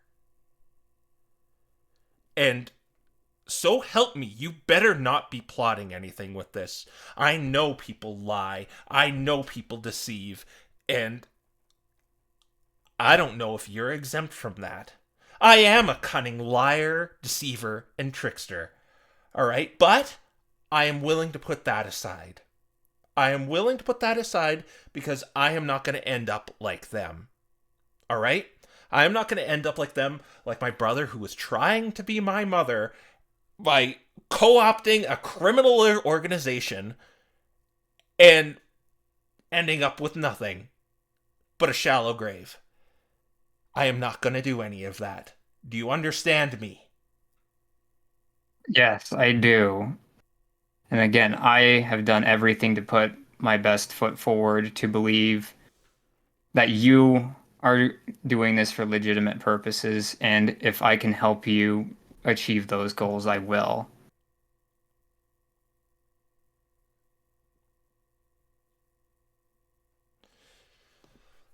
Oh my God, why am I doing this?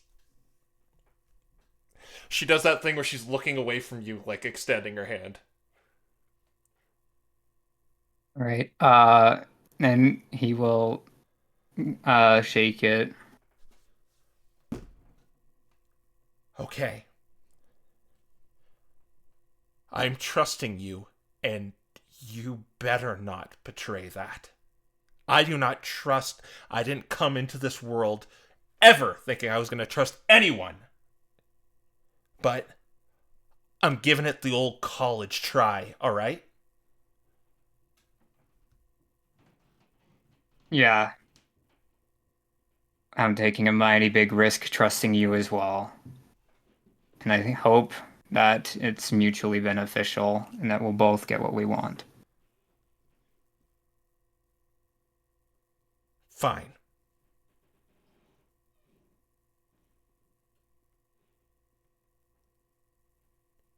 Is that all?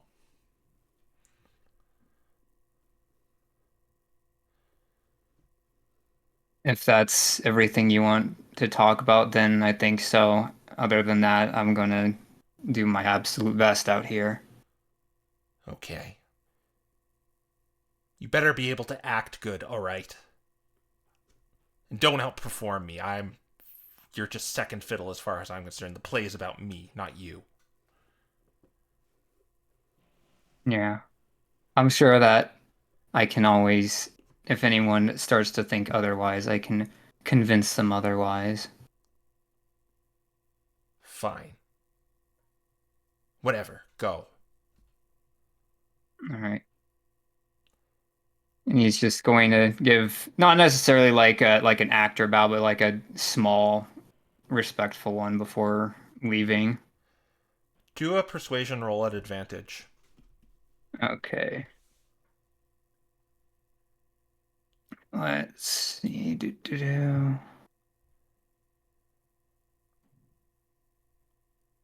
13. Not. Wait, does the Malcolm thing last 10 minutes? The bolstering thing? Yeah. Yeah, it would. Okay. Yeah. 16. She says, before you're about to go, it was those little lizards.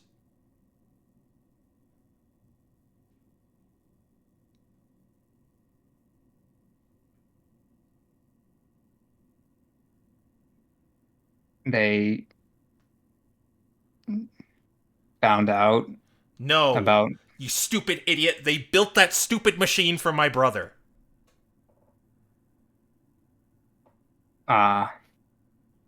They got some rock they called shinies, and built that thing. You don't have to pay me 800, okay? It's not because I like you or anything, okay? I was just telling you to get it out of the way to clear the air.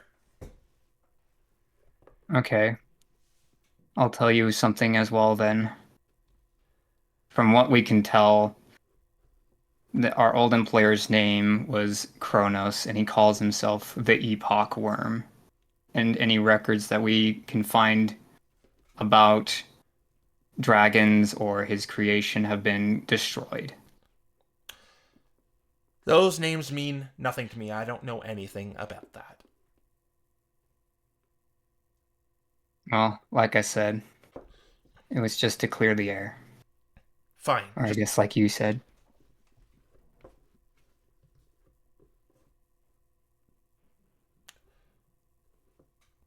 Fine. Just go. You don't have to give me 800 gold. All right, and Proteus will leave. All right, and roll a d6 for me. Okay. Take 4 luck 4. points. Okay. All right, let's go back. All right. Oh boy. Proteus. How do you think Proteus comes back? I guess he would probably try to do as Ivy has normally been doing, where he's probably like smiling and stuff, trying to make it look good. Okay. Yeah, you see You know. Proteus come out smiling. Alright. Everyone's immediately suspicious. Yeah. Not Malcolm.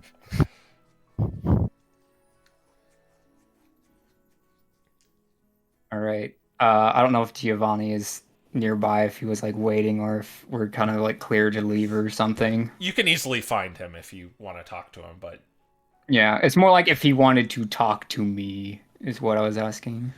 if he did, he would just kind of reiterate that you should study the script and come back next Friday. Yeah. Well, I know where all my money's gonna go now. I have a plan. Oh, Okay. So yeah, you're free to leave the theater if you wish. Okay. okay. Alright. I think we had to Yes. Tavern Row now. Okay. All right. Yeah, as we leave, Nicholas messages Proteus and asks, "So, how much does Ivy want to kill you?" He's going to respond when I'm back to full capacity. We'll talk about it when I can make the area secure, but for the time being, there is both a peace treaty and a lead. Nick sort of gives that sort of side glance, but he doesn't say much else about it.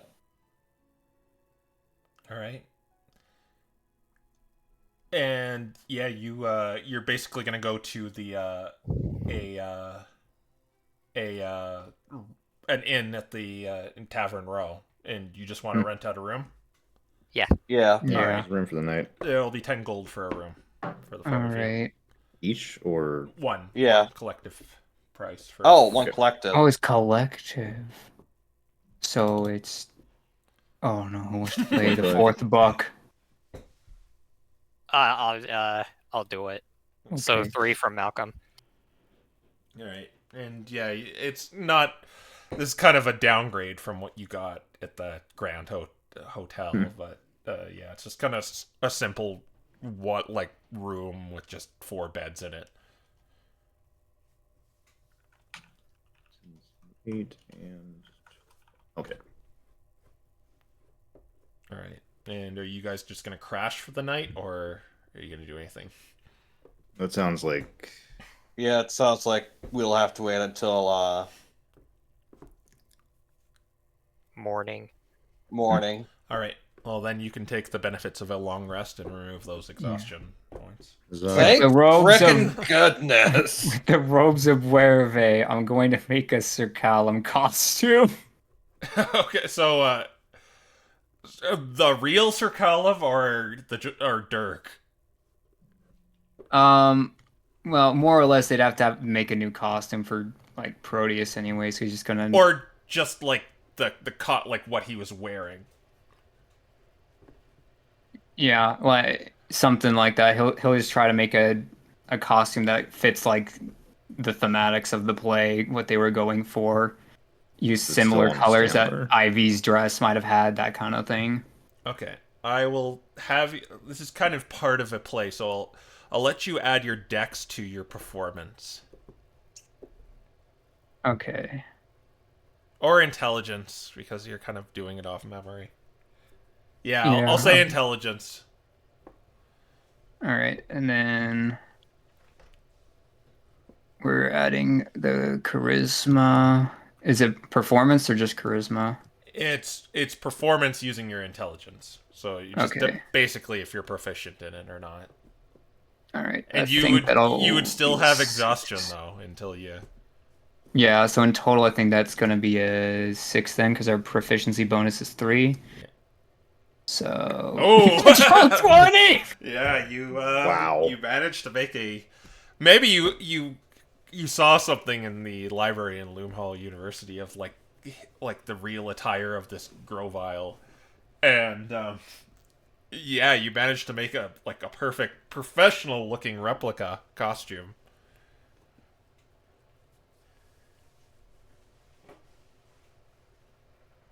And you wake up and you're like, oh, what did I do in my sleep? All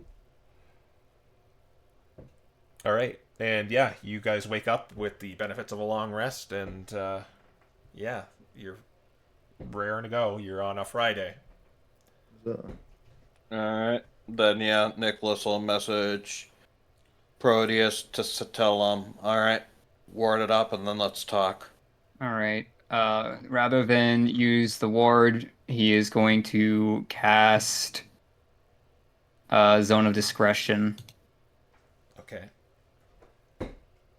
So it's basically what the ward does, but in a kind of centralized place, right? Like no sound can leave it. Yeah, it's surrounding me, and no one can hear our conversation outside of that emanation. Okay. Yeah, and discuss away. All right. Proteus is going to tell them. So when I talked with Ivy, she wasn't too thrilled at first, but eventually I got her to warm up to me more or less by telling her how much I wanted to see this succeed. If someone better came along, I was okay to take the back seat, and she knows that I have at least some history in this category, and that I'm going to take it seriously and prepare for it. And as a show of, she said that she was trusting me despite feeling like she never should, and honestly, I understand that. And as a show of good faith, she told me that it was the Salandits that built the armored dragon that we fought earlier. So even though they stole that coffee maker, there's probably quite a bit that they could do with it. And in return, I told her about Kronos. Hmm. She didn't seem to care or be too interested about him, but you know, if he's going to try to kill her, she at least has the right to know who is trying to do so. Hmm. Would have preferred keeping that under wraps just in case, since there's still a lot we don't know, but I suppose you exchanged information for information, so I can accept that. But yeah, now those slanted are definitely looking more and more suspicious. They're probably unaware of what exactly they're doing or what exactly it's being used for, but something's clearly manipulating them. New question. Who? My first guess would be. My first guess would be the murder, but.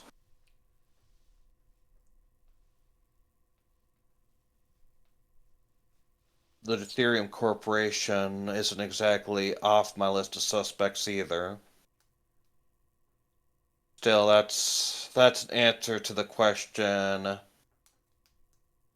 That's the answer to that question is something we'll learn fairly soon, I'd imagine. For now, Yeah. though, I'd say we pick up our items from Polly and then make our way over to school. Yeah, I think that's a good plan.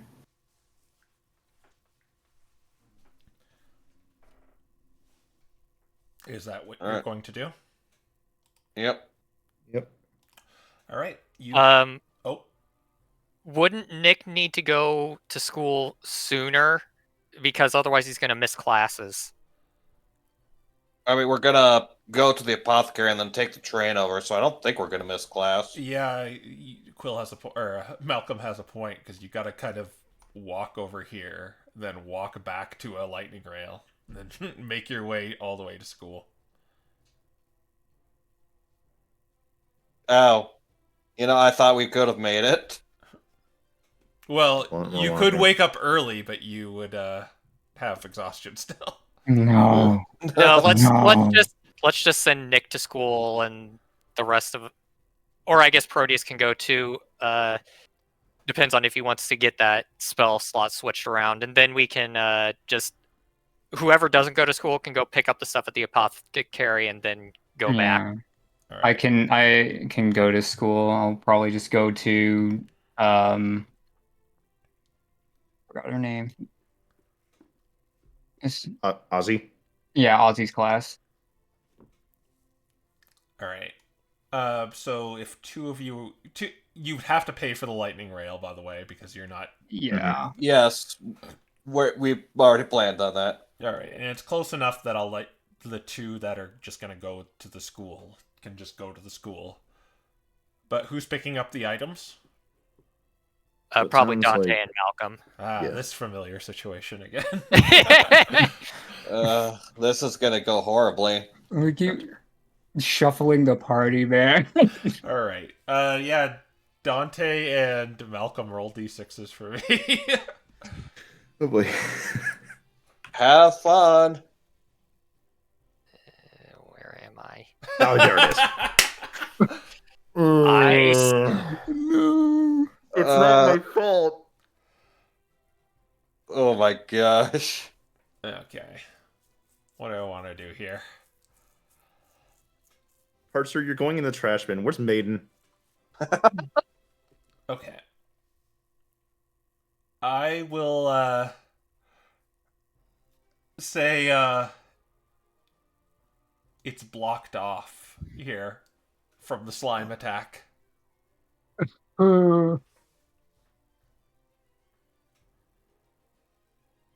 Honestly, makes sense they would have closed this off. There's got to be some way through. Are there any like workers around the area cleaning up? Yeah. Hey, you person! What is it? Hey, can we pass through here? We need to get to the apothecary. Do you work here? I mean, kinda. We're the ones that killed the stuff. Well, I have strict orders not to let anyone pass unless you work here after this attack until it's thoroughly investigated. We don't want to tamper with anything. Technically, we could be considered associates, given. And he pulls out the scanner. There's a.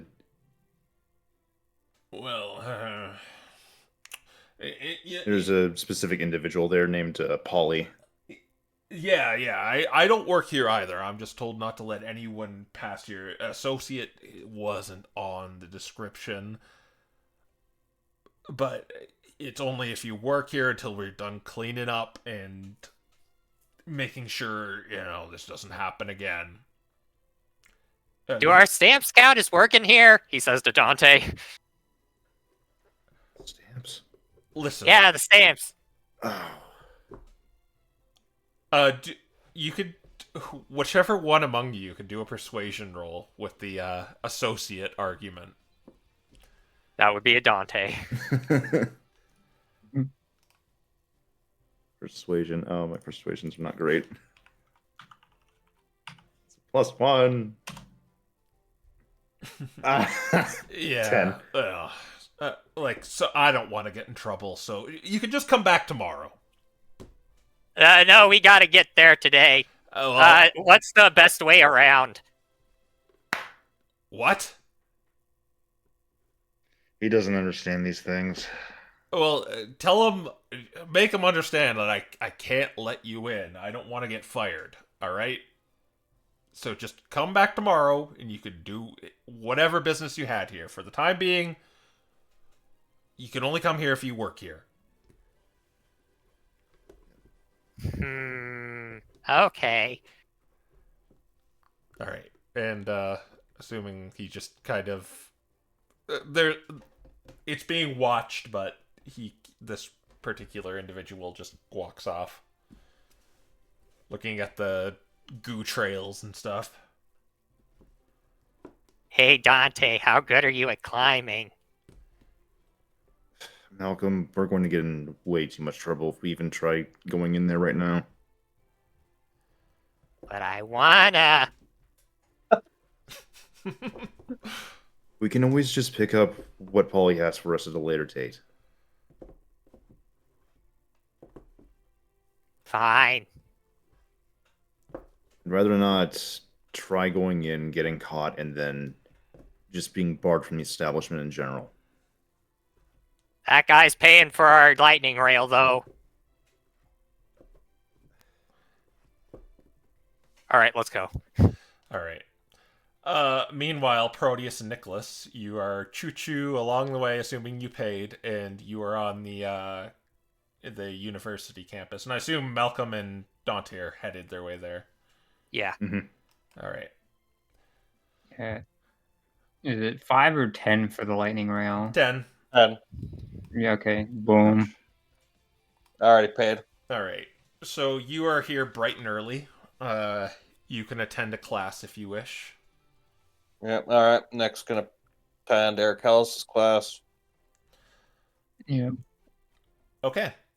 I'm going to go to Ozzy's class and make sure that my chair won't explode when I sit in it. Okay, we will do Eric Ellis's class first. So for you, Nicholas, everyone is kind of sitting down, very the seating is very perfect here. Where just everyone has their like pencils and writing utensils to the right, the paper in the center, and it's almost like a symphony where they just begin taking notes whenever he speaks. But Eric Hellis begins his lecture by saying, "Magic is often misunderstood as something mystical and unknowable. It is not. It is simply energy, much like fire, wind, and lightning. The only difference is that it's shaped by will rather than physics. There are ley lines and ambient magic residing in the world we inhabit. Imagine a world as a vast reservoir of energy, unseen currents flowing beneath the surface, and some can tap into these currents instinctively, and these are, of course, malevolent. Others," he kind of tips his glasses, "must use ingenuity. There are very different schools of magic interact with this reservoir in certain ways. Evocation is direct conversion of magic to force energy, raw power given shape. Well, in Wolverick's class, it deals with transmutation, where you rearrange existing matter, and using magic is just a far more elegant approach than simply forcing change. And Professor Nightshade teaches necromancy, which is the reanimation of organic material. It's an example of how energy is never completely destroyed. It is only changes."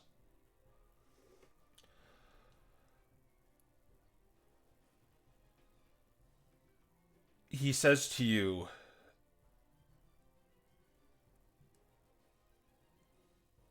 "But the questions that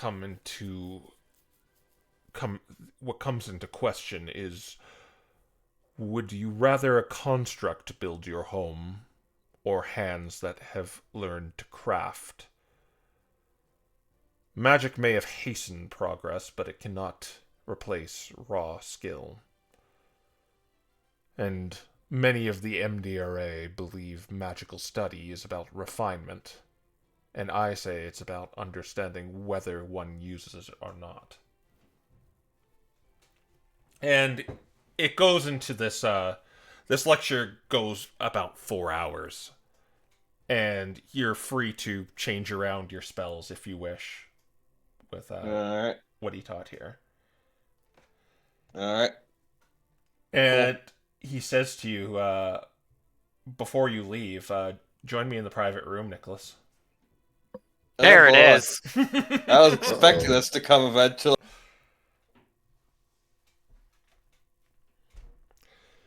Wait. You stop.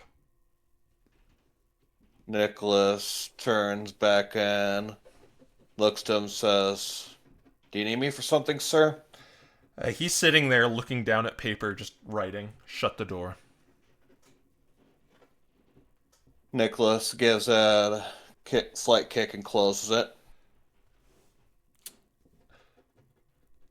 I had a student refer to you as Nick. Would you have any idea why? Malcolm. Yeah, no, I'm pretty sure I know exactly why. So, he's one of my friends and I like him, but he's a bit of a slow learner, and something about the Wooloo species in general really struggle with names. Like, one point in time while we were traveling here, we met a flock of Wooloo who called themselves Reese McFleece, and all the Reese referred to Malcolm as Reese, and Malcolm referred to the Reese as Malcolm, so probably met some sort of Florigato at some point in time named Nick and just decided that was my name too, or something like that. Hmm. Yes, he's slow. Have you... How long have you known him? Not too long. It feels like it's been a long time, but it's been probably a few weeks to a month. Hmm. Is that right? Yeah, pretty much. Because I have been privately tutoring him, and he seems to pick up what I am teaching him rather quickly. Yeah, he's taken to your classes quite well, surprisingly. Like, he's constantly talking about the homework you assign him, and he's really trying to impress you, actually. It's surprising, but also a little endearing. Yes, and your friend, and you're his friend, and you're calling him slow. Have you ever tried to teach him anything? This does not sound Eh, like friendship to me. This sounds like someone who is very judgmental.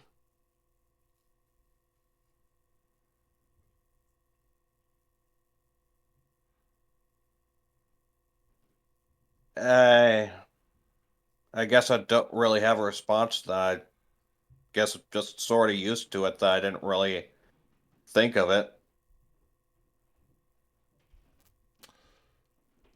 And from what I've noticed of Malcolm, too, he, despite how simple you think he picks up on things rather quickly, and it just seems very odd he mistook you for someone else.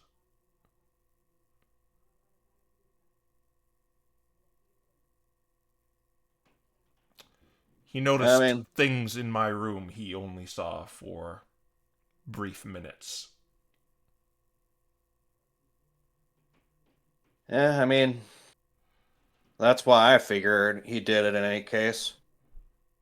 I can't say that's the exact reason. That's just based on what I've seen from other Wooloo and based on what I've seen from him.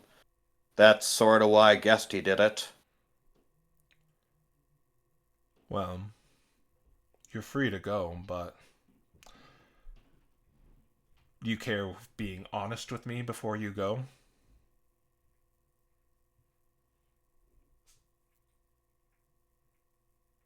Honest about what? Very well, you can go.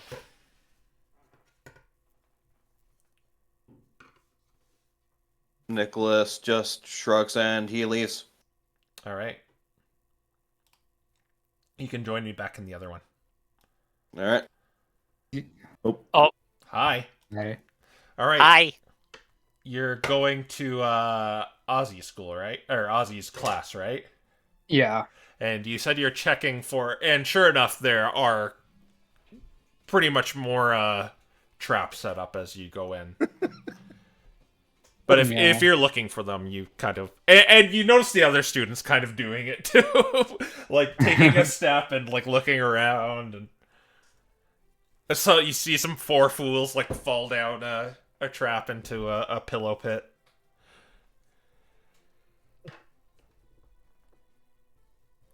I'm just like, how much time of her day goes into resetting all the traps?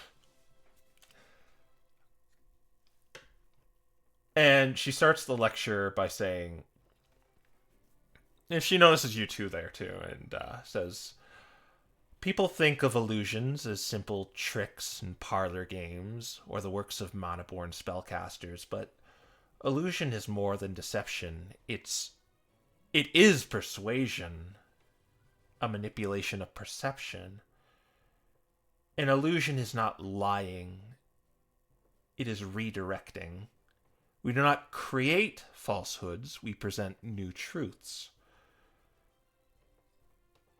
most illusions from Monoborn rely on sensory manipulation, while individuals like us rely on environmental cues and psychology. It happens to you every day, believe it or not. Your brain fills in missing details all the time. A shadow that looks like a figure, or a sound you swear you heard on the tip of your tongue. Or the world plays tricks on you constantly, and people like us simply learn how to play along. You don't actually see with your eyes. You see with your mind. If I can make your mind expect something, I can make you believe it. A Monoborn casting illusions is obvious. Well, with us, you never realize the illusion happened at all. If I give you a wand that casts Silent Image, a popular spell amongst illusionist Monoborn, you make a bad. It wouldn't suddenly make you good. If I teach you the principles of illusion, you become the illusionist spell, or not. And she's basically kind of teaching you amongst the 4 hours the class goes on. She's teaching you about pretty much psychological warfare. But as the class ends, she stops you, and let's go in the private room again. Okay.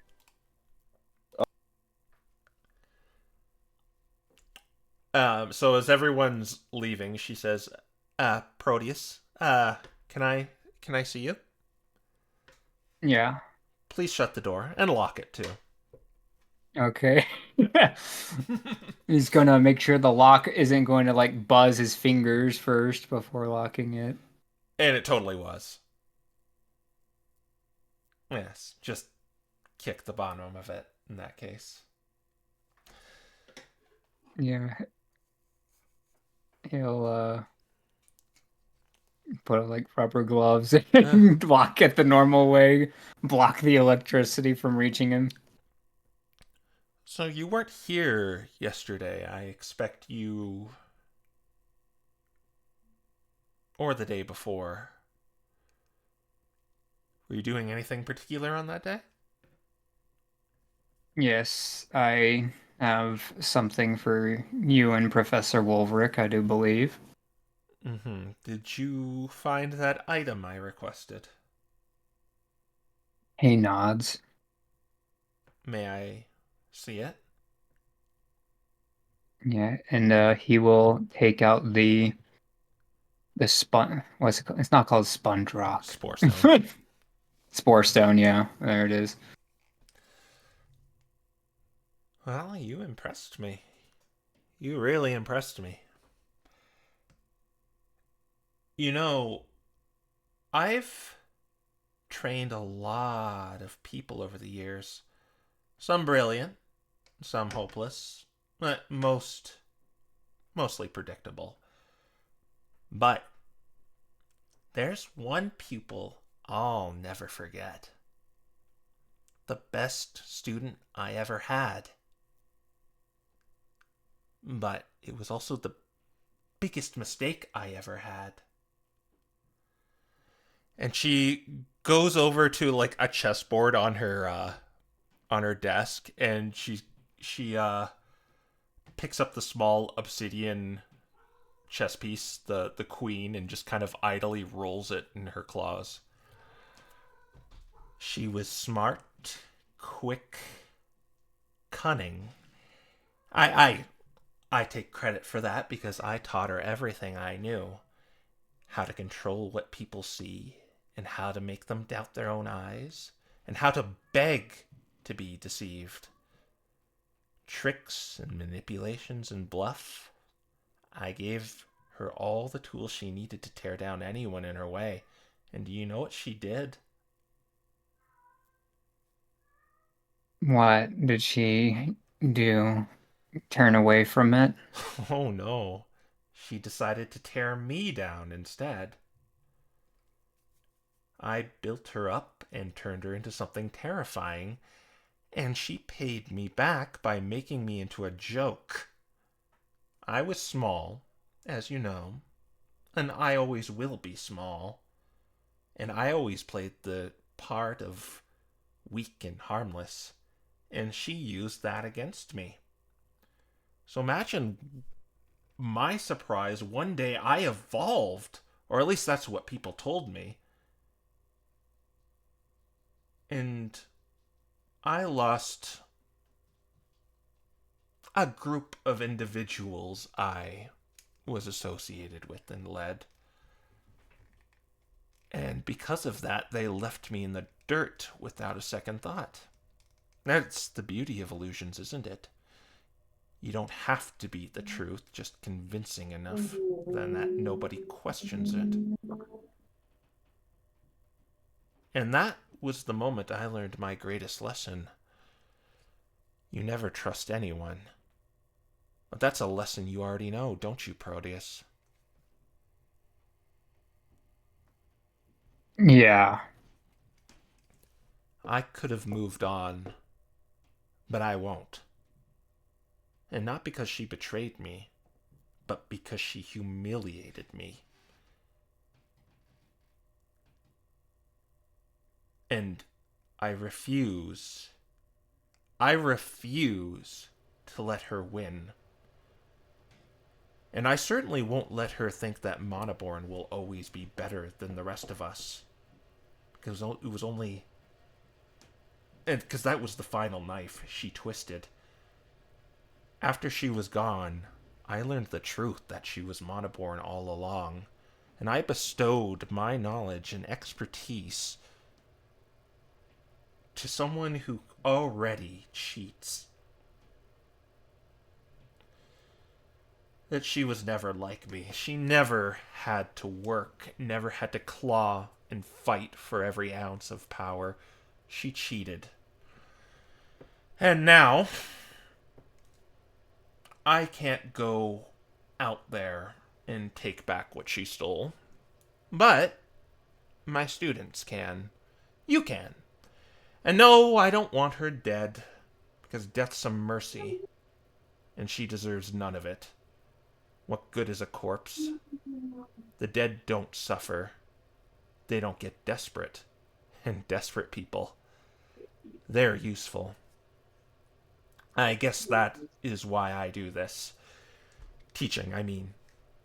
Not because I have some grand love for academia, but because I want to make sure no one pulls that trick on me again. And more than that, I want someone to do it better than her.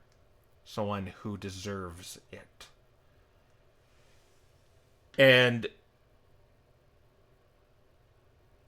she says, kind of putting down the chess piece, "So Proteus, I hope you didn't get the wrong idea. I'm not blackmailing you. I don't need leverage. I don't need to out you as a Zoroa. I just need you to do what you already continue to do best. But I also want you to get out there and make that bitch pay."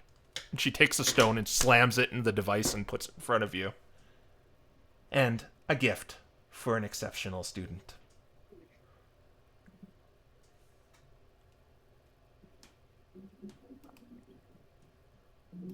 He's going to kind of look it over, I suppose, and kind of see how it works.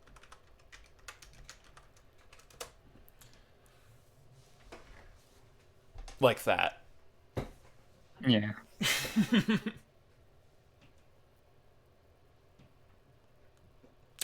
That will be all. You did a good job today. Yeah, and he's just going to ask,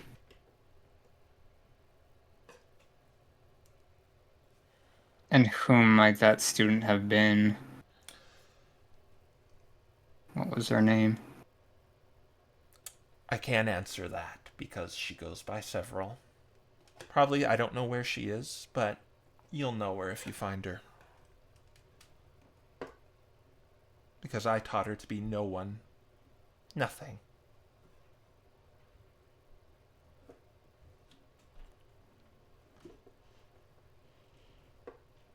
Oh, very well. I'll see what I can learn. Yeah, and she lets you leave. All right. All right. By this time, um, you would arrive on campus, Dante and Malcolm. You would arrive when classes are almost done, not necessarily done. All right. And what would you be doing until then? Malcolm's probably just pouting that we didn't get what we went to get. Yeah, it's pretty unfortunate because us not getting that meant that we just missed classes too. So The least he could have done was gone inside to check with Polly. he was just there cleaning rather than working there. I think. He said he was just there cleaning or something. Man, you save a bunch of lives, and they give you the potions, which is great, but then they just don't let you in. That's just kind of mean, don't you think?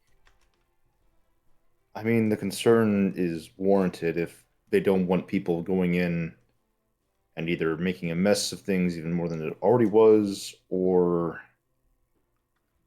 who knows. Eh.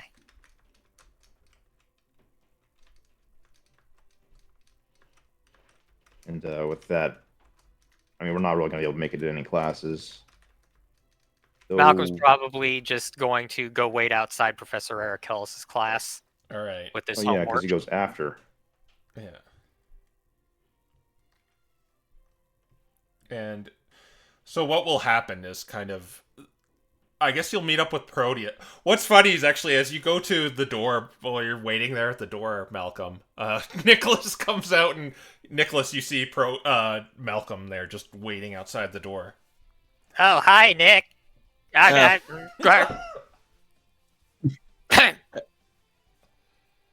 Gorvden.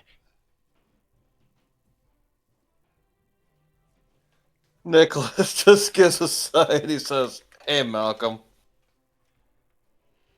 Did you have fun? It was an experience.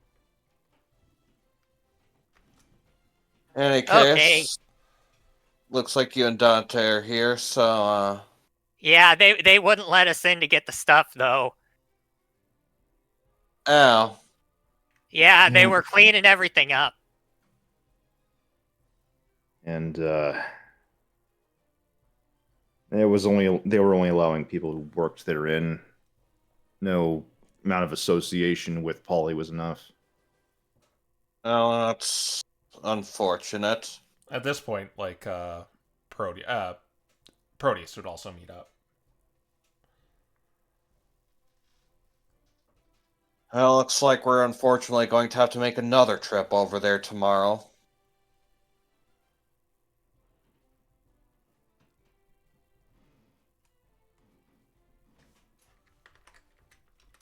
It's particularly annoying, but I suppose there's not much else we can do about it.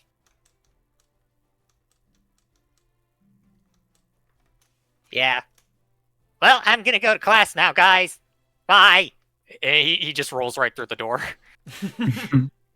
Would you be doing anything, Proteus? I think I need to go to the bookstore at this point. Okay. What would you be picking up? I'm probably gonna take like a bunch of acting books because that is the only way I can boost my capabilities. So Okay. I'm like, I'll buy 3 books. Okay.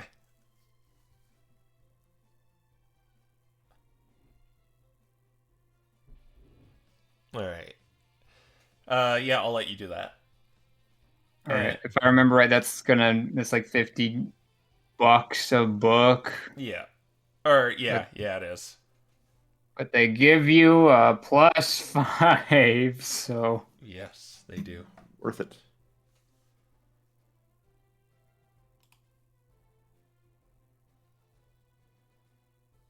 I don't.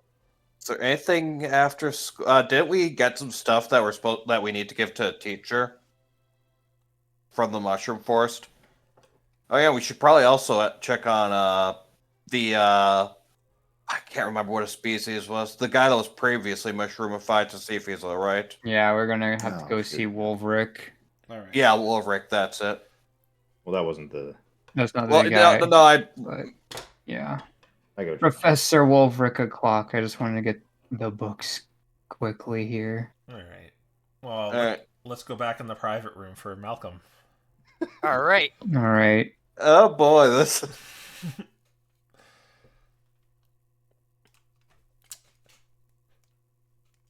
Mr. McFluff. Hi, Professor. I got my homework ready. Let me And see. he slides it onto the desk, and it says Malcolm Wolu at the bottom, and it's a picture of a rainbow, and there are lots of Malcolms jumping across it. It's kind of hard to tell that they're jumping, though. It just kind of looks like he's drawn multiple Malcolms on top of the rainbow.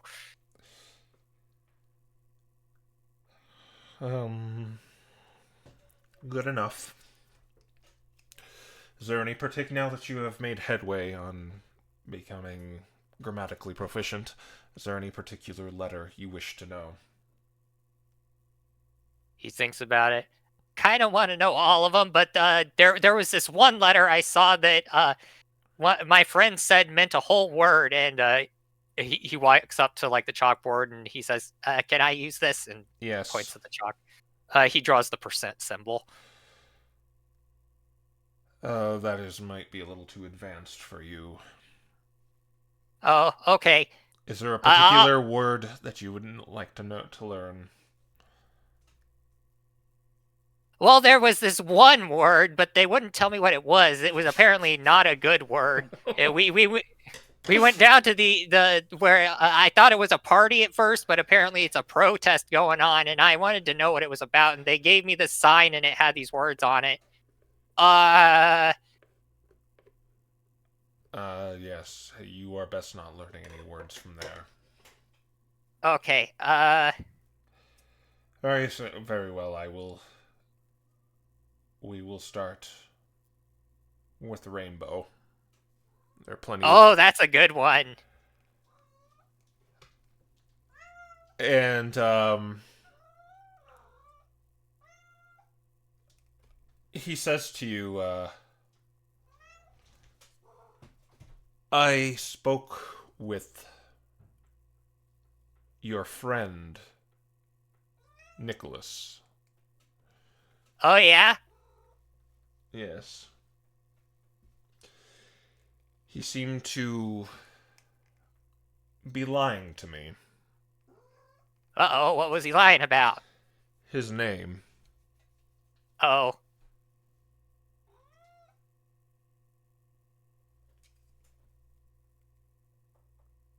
And I was wondering why he is going under a different alias, as you've just confirmed for me. He was.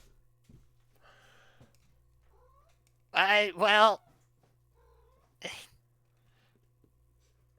Okay, so there are people that don't like him. I mean, they probably don't like anybody, but he kind of does it so that so that they don't find him. It's, So you don't like those birds, right? The black ones that go around killing people? No, not many people in the city like them. It's them. He's trying to hide from them. I see. Perhaps I should not have tried to press him on that issue then. Uh, yeah, I mean, that's kind of my fault. Yeah, I mean, I just called him his name out there when I wasn't supposed to, so, yeah. But yeah, I think it'll be okay. You're a pretty good guy, so I don't think you're going to tell him or anything. No, I will not. I can somewhat respect that. Malcolm, do you know what the greatest flaw in the so-called brilliant minds of history was? Nope. They thought they were the smartest person in the room, and they clung to their knowledge as if it made them untouchable. In doing so, they stopped learning and growing. And true wisdom isn't in knowing everything, it's recognizing that you never will. This is why I brought up what I did with you the other day.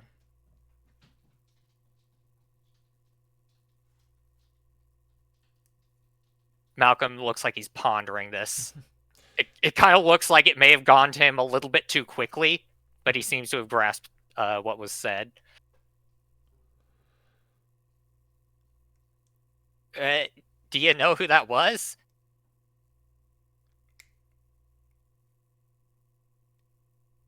Excuse me. What do you mean? He said the greatest mind, so he's wondering who that greatest mind was. I'm thinking of the mages of the MDRA. Oh, I thought you were talking about just one really smart person, and I was thinking, well, you're pretty smart. Well, It's got to be a super smart person. It's that they think they are. You see, you think you are stupid because others have called you that. Because Yeah. you do not learn the way they expect. But you sat in my class completely lost, and rather than pretend you understand, you admitted it. Do you know how rare that is? Well, I don't hear people do it very much. Exactly. That is not stupidity, Malcolm. That is wisdom. That is the mark of someone who will grow. The moment you start believing you are the smartest person in the room, you have already lost. And if you ever try to be, you are setting yourself up for failure, because doing so, you leave no room for those who might teach you, or challenge you, or make you better. And as I said before, I do not demand perfection from my students. I demand improvement. I demand they listen. I demand they strive. Perfection is an illusion. But mediocrity, that is an enemy we can fight.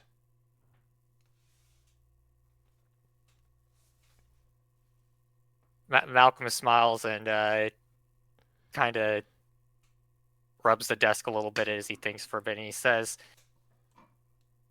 you know, maybe all the other Malcolms would be smarter if everyone treated us like you, Mr. Eric Ellis. Everyone else just kind of thinks that we're just, well, like you said, we're stupid and there's no real point to it. Yes, your friend Nicholas said that about you. I don't mean to spread gossip, but that's just an example of it. He tried to blame me knowing, me deducing that Gorvin was not his real name by saying you were stupid and slow. Well, I might be a sheep, but I'm still a pretty good scapegoat. Fair enough. All I ask is do not end up like the MDRA. Okay. I don't think I could anyway. I mean, I can't really do any magic-y stuff besides the exploding. Yes, and that's... I don't know if you were ever tested by them, or if you're monoborn, but I don't care. He nods. I, much like much of the other faculty, do not have fond feelings about the MDRA. Yeah, I remember you said that.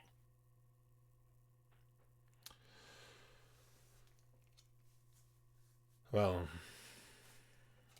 first Well, what about the other people? Why don't they like them? they have their own reasons, and I have mine. Okay, I should probably ask them if I want to know, huh? Well, I'll admit something to you, Malcolm. I am a hypocrite. What do you mean? I speak of wisdom and of knowing your limits, of never believing yourself to be the smartest in the room, and yet that is why I left the MDRA. I did it so in the most arrogant way possible. And I turned my back on them as if I were above it all. I thought it was making a grand statement, proving something to myself and them. And yet, did anything change? Did it make me better? No. It was pride, simple foolish pride. And that is the nature of people sometimes, Malcolm. We are all hypocrites. We will stand firm on our ideals and beliefs until someone challenges them in a way that we did not anticipate. And then, without realizing it, we may turn against them and abandon them and betray them. And the truth is, that is okay. You will contradict yourself in life, and you will make choices that defy what you once believed. And you will tell yourself one thing and act on another. That is part of being alive. What matters is that you recognize it when it happens, that you learn from it rather than pretend it never happened. And I do not regret leaving the MDRA, but I regret how I left. And that distinction is important, because regret is not an anchor, Malcolm. It's a rudder. It does not hold you back, it steers you forward. Remember that. Malcolm is nodding slowly, and it takes him like a good 15 seconds before he really says anything else. But he does say, well, I am glad you left them too, otherwise you wouldn't be here helping me. But, I mean, have you considered going to him and saying you're sorry? No. Just for the way you left, not necessarily that you left? No, for the simple reason there are more important things to protect. I guess so. But, you know, pride can be just as much of a problem if you don't do anything to fix what you damaged, you know? I mean, you left because of pride, but if you really want to turn around and not be a hypocrite anymore, you probably should go over to him and just say you're sorry for the way you left. You still think you should be doing this here, but I don't know. I just feel like that'd be the right thing to do if you feel like what you did was wrong. I just don't want to be involved in their grand ideals and hierarchy, one that thrives on politics and ambition and control of knowledge that is not shared freely. And Yeah, I guess I can get that. If you don't want to, that's fine. I just what was going through my head.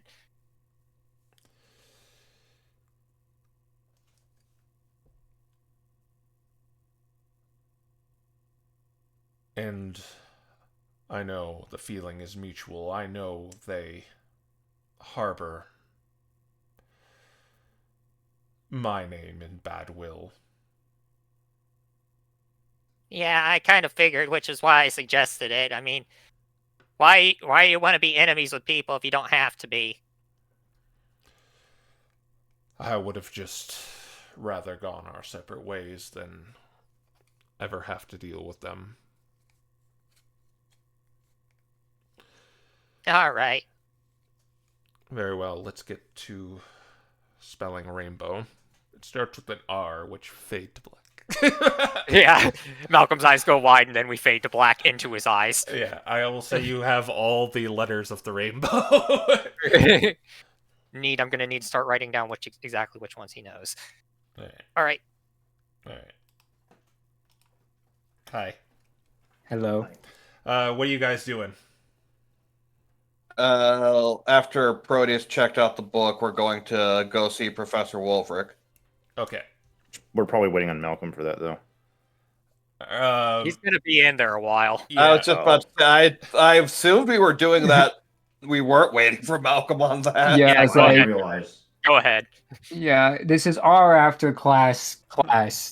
This is our Shokuji. That is his Shokuji. Wolfric sees you as there are students leaving his class. Good to see you back. You weren't here for... I never saw you in 2 days. I assumed the worst. Yeah, it was a little rough out. Exhausting. Yeah, exhausting and a little rough out there, but Then we got distracted getting back to town, so... yeah, regardless, though, we did manage to accomplish our mission. I know you did. Okay, so you did get confirmation then? Yes, Gus seemed to break free of that ailment that afflicted him yesterday. I assumed Right, but you what had about something- physically? Not physically. He is undergoing procedures to rehabilitate him.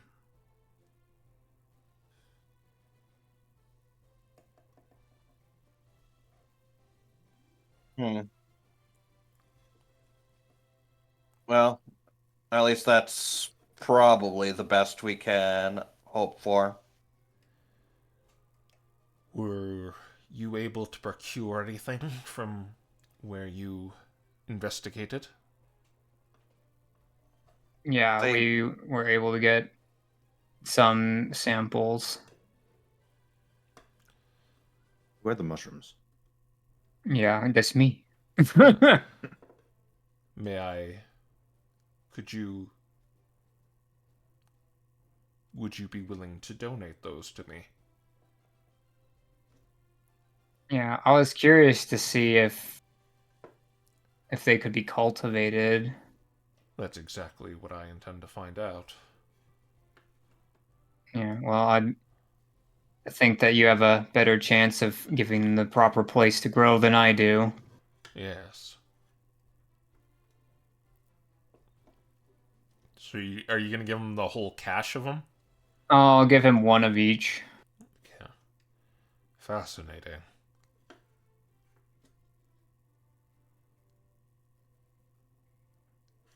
And Ozzy wished to see you in the event you were to come to me, so I would go to her and speak with her, particularly you, Proteus.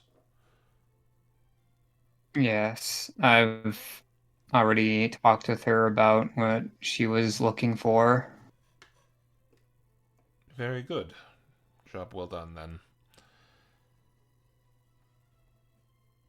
Yeah, it was definitely a strange experience. Yes, it's something that should be studied. You know, in the likely chance that this might happen again. These phenomenons seem to be cropping up a lot more frequently as of late. Yeah, that's what I was going to say because part of what the latest was on the way back, a bunch of slimes attacked from the apothecary. Slimes. Yes. I don't know if you knew him before you became professor, but I heard that Professor Ledric was known for research on slimes before something happened to him. Ah, yes, Ledric. He was in my position before I was instated. A terrible accident happened in the lab over to our left. What did exactly happen there? No one knows. He was experimenting with slimes and oozes procured from mystery dungeons and had these theories of constructing them into animated objects. Um, is anyone proficient in insight? I am. I was about to say Certainly Dante or should be. Proteus. Anyone who has proficient in insight can make a roll here. Okay. No, we learned our lesson. Where's Maiden? Yeah. I Yeah, well, I don't get hopefully it. made it's better. I don't get it. Oh, hello. Yeah. That's All okay, right. 26. Dante, it seems like he doesn't want to talk about this. You don't know why, but he's giving very just short answers and kind of just saying yes, Professor Ledric, because he doesn't want to go into detail about too much. But he's not just outright rebuking you. Hearing something about the accident itself being odd. Like, it shouldn't have happened. Well, anything could happen in a lab. It's the risk we take.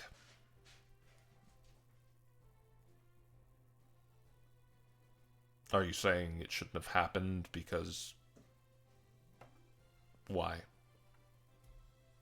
Just, I forget who mentioned it, but someone said it was just strange that the accident occurred, given that Ledric was known for these sorts of experiments in the first place. So the experiment ending in such a disaster was the odd part. Yes, it was an explosion. That just sounds like arrogance to me, as harsh it is to say about someone who's dead. To think you can never make a mistake.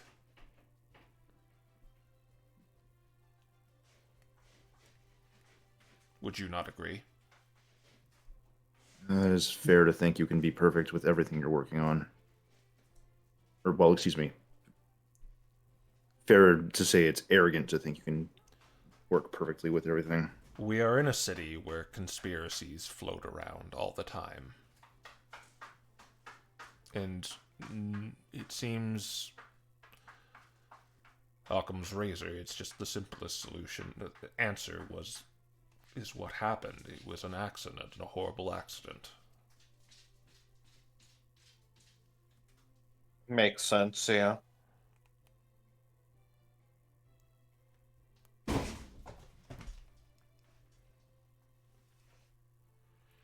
In any case, I suppose we should be off on our way now. Yes, thank you for going out there. I'm sure once Gus is rehabilitated, he will be thankful. Yeah, I imagine. Unfortunately, his friends weren't exactly as lucky, but at least he gets to live. Yes, you did a good thing. Yeah, and Nicholas. you can go. Nicholas nods and he just heads out. All right.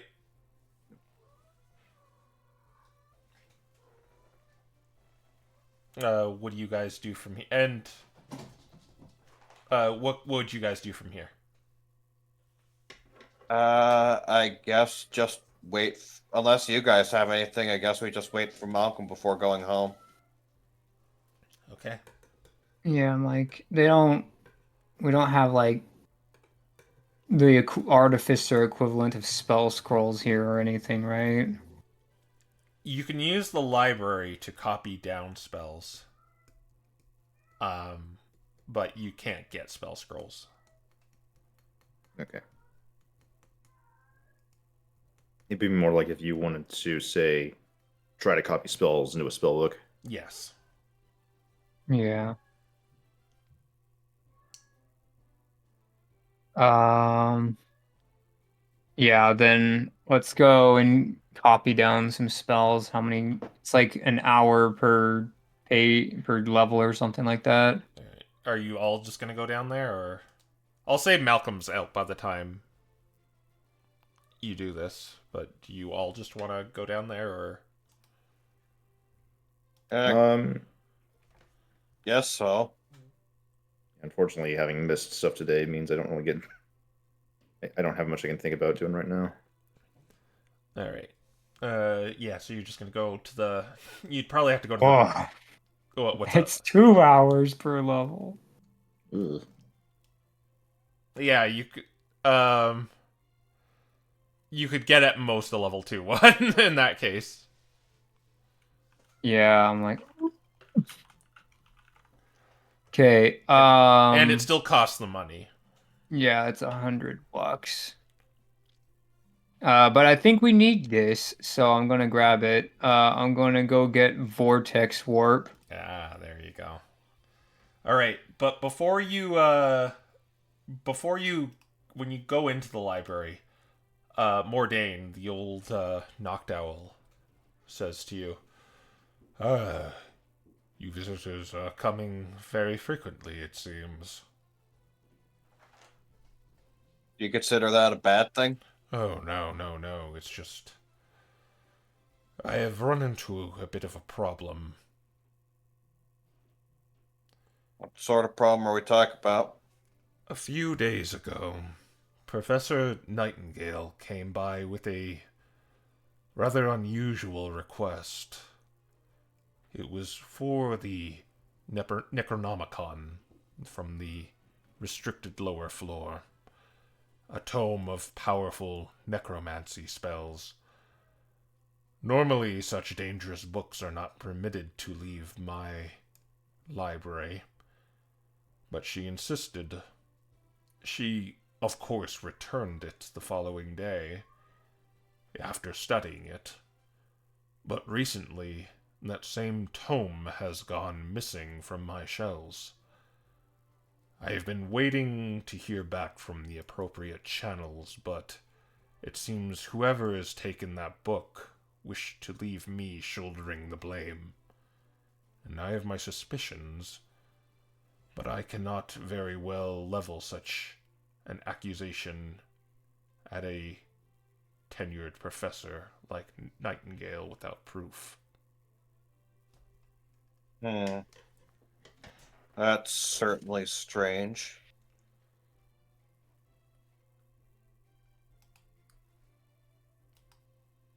Well, we can certainly try and find our best to locate it or find proof Nightingale took it, but I can't say for sure if we'll succeed, but we'll do our best. Very well, you I can... mean, there's a potential suspicion given the fact that we saw her apparently trying to smuggle something. When was this? This is only a few days ago. Oh, We right. were in our dorm rooms and saw her entering the northeast tower. That is when I lent it out to her. Ah, Okay, so probably unlikely that it was that day. If you did steal it. She returned it the following day. but it has since gone missing. Looking for something. Professor Nightingale is a monoborn, from what I've heard, so it's possible she may have. I mean, I'm assuming it might be possible. Maybe she cast some sort of spell on it to allow it to return back to wherever she put it. That could be a possibility. Like I said, I cannot make these accusations without proof. Just that you suspect it's her, given Her school of magic, yes. Yeah. We'll see if we can figure out something. Yes. This is before you go down and start writing. All right. Yep. All right. All right. Goodbye, money. Blah. All right, we have vortex warp, boys. Oh, wait. nice. No. Uh-oh. Wait. Before, as you're kind of sitting down doing this cram session in the library, you're kind of watching Proteus just kind of sneakily write down vortex warp inside of his book. Doing like maybe the old comic book behind a study book thing. Just silent image, baby.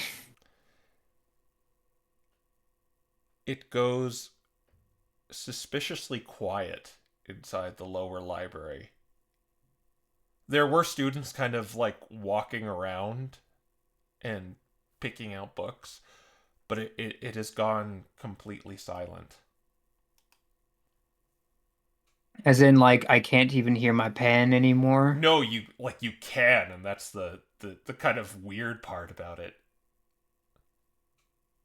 It's kind of getting close to that the closing hours. That's strange. It could just be people leaving all of a sudden, but it's too sudden. Nicholas is gonna head to the library and check it out. Wait, weren't we already in the lower? Yeah, you're already in the lower library. Okay. But Yeah, he's gonna take a walk around to just check things out. okay. So you do a perception check. Why did I have Nicholas be the one who does this? Short down here also. All right, Maiden, are you better to me?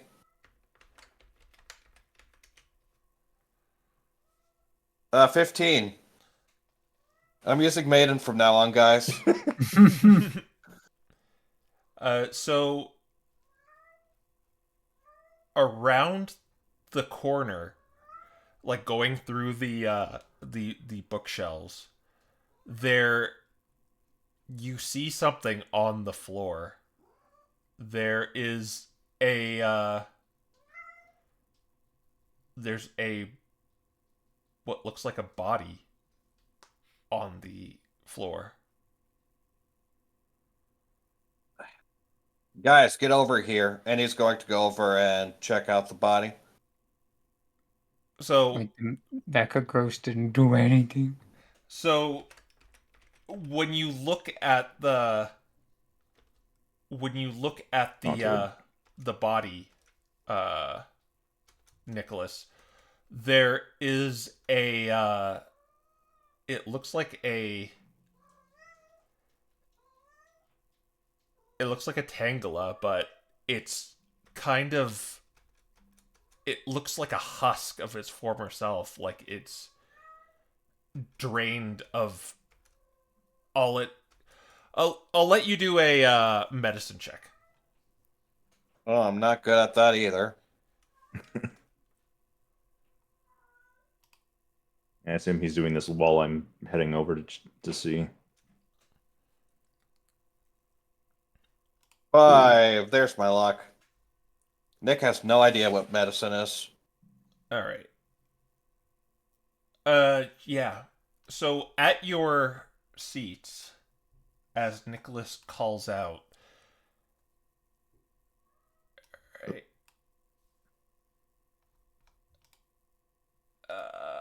we will do.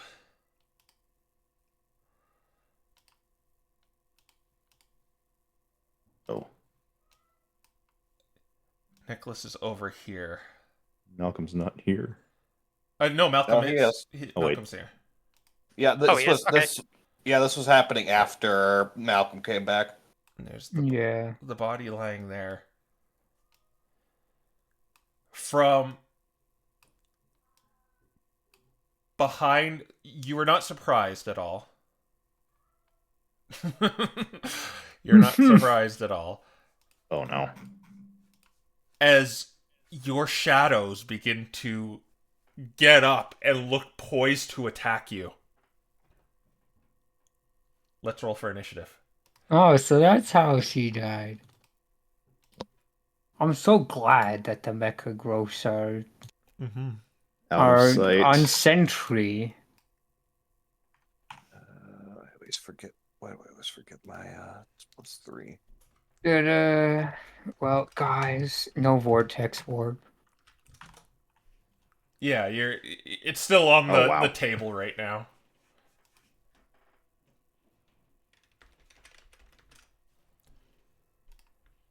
And these shadows look like you. Oh no. All right. I'm going to roll for them. Darklink, what are you doing here?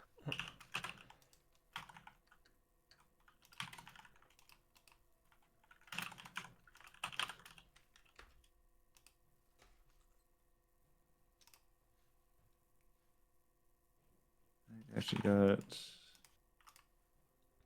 20. All right. Actually, I'm gonna have each one kind of separate Hopefully. Oh no. because I gotta do this.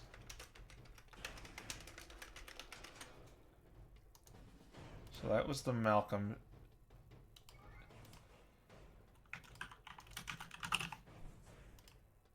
Yeah.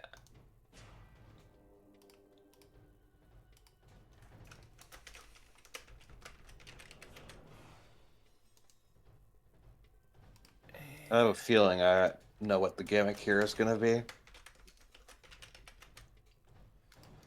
Okay.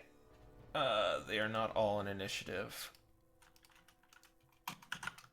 Is that all of them? Yeah. Okay, so that... Ooh, there's so much initiative. That honestly makes it scarier. This one is going to be 6. Oh, wow, they're getting such bad initiative.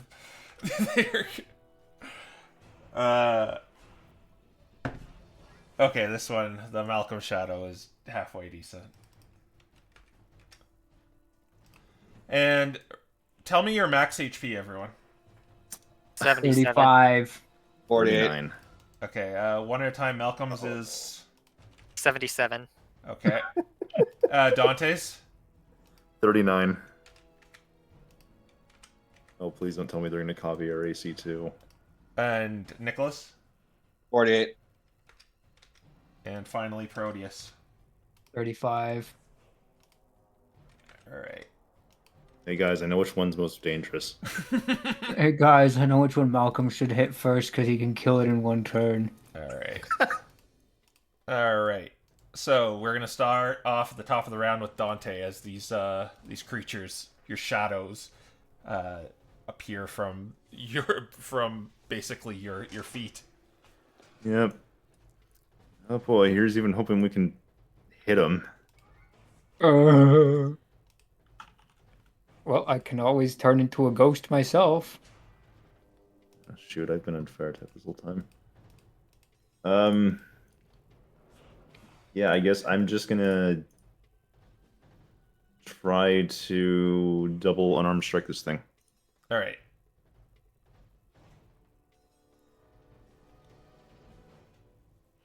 $21. That'll hit it. Now, here's the scary part. Do I end up getting hit for doing this?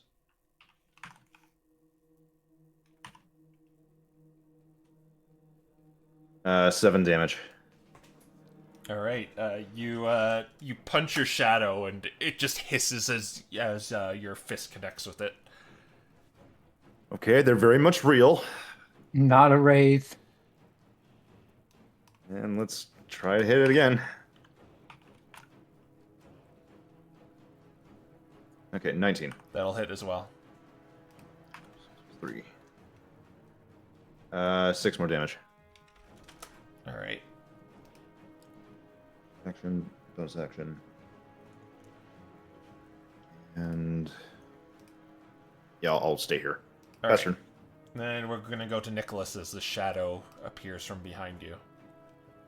All right, Nicholas is going to shuffle around it.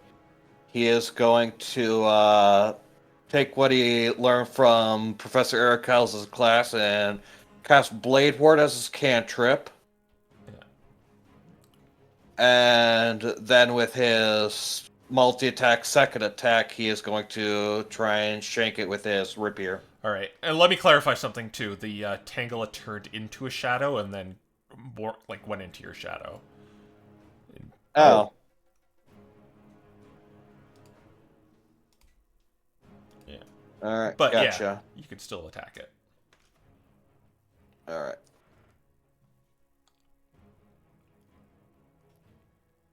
$25. That'll hit it.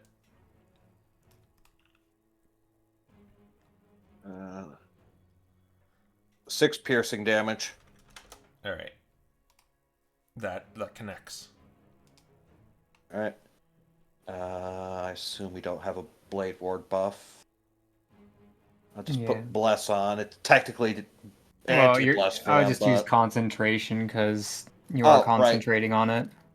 Right, fair point.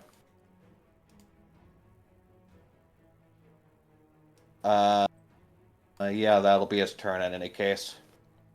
All right. Proteus. All right. Let's see if this thing inherits the move. So I am going to disengage. Yeah. You see your shadow Ring. like it's not connected to you anymore. I'm gonna go over here and then I am going to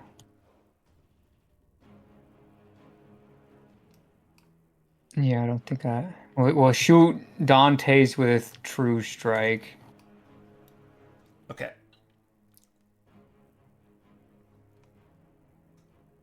No, don't give me a D2. D2s are bad.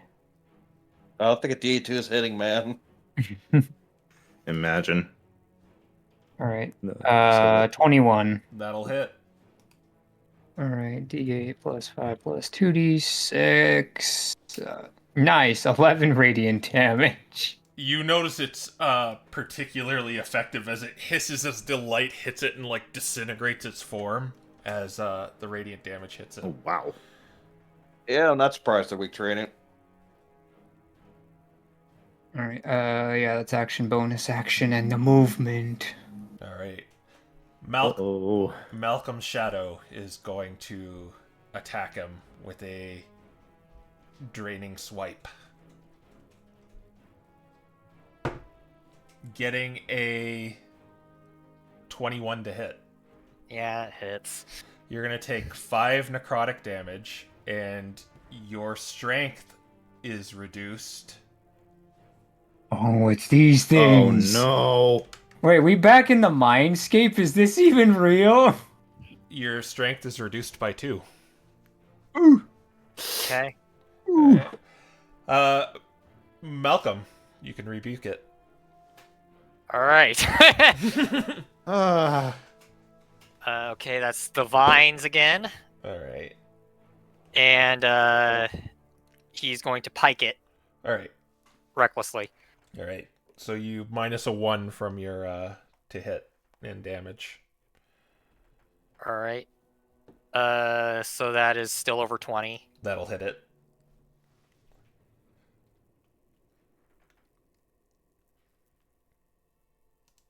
All right, 12 damage. It's pushed 10 feet. Whoop. And then he's going to hit it again.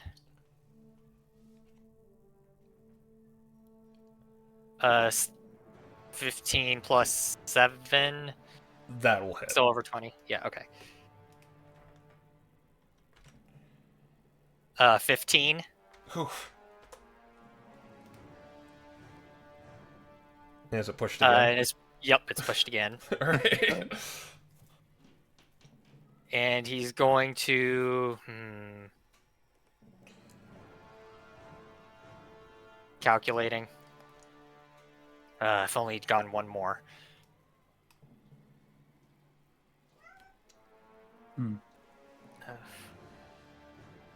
Just jump on the table. 30. Gonna go right here. All right. The Proteus shadow, like a snake, just slithers along the table, and it's going to Don't forget difficult terrain. Oh, okay. And also pike range. Yeah. Okay. How far is the difficult terrain around you? 15 feet. So it was right there. So 5, 15, 25, 30. Bad positioning on my part. Sorry, guys. All right. Don't worry. It's going to attack you, Proteus. Yeah. Probably gonna miss with a... What is that? 9. Yeah, that will not hit me. Alright. Then we're gonna go to Dante's Shadow. It's going to try and slap you, Dante. Boy. Ooh, getting a 20 to hit. I'm going to shield. Pating! Glancing blow. In fact, I watched Malcolm getting hit by that thing. I do not want to lose any more strength. Nick's Shadow is going to attack him. Remember, it has minus D4 on the attack roll. Okay, I don't think it's hitting you anyway because that would be a 11. Okay, 11's not hitting me yet.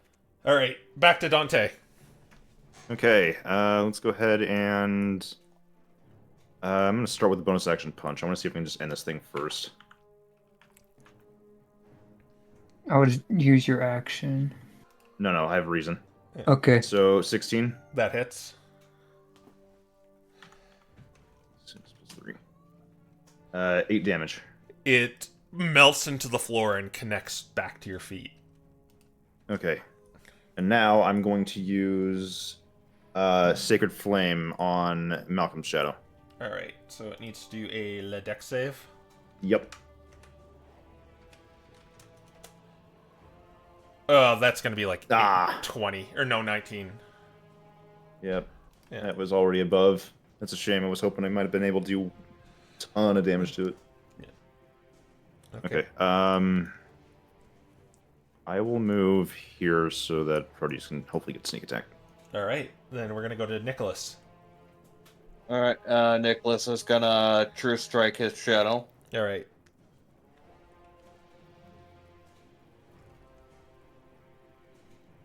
Uh, 7.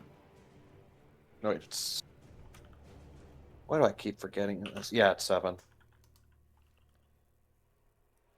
12. That hits.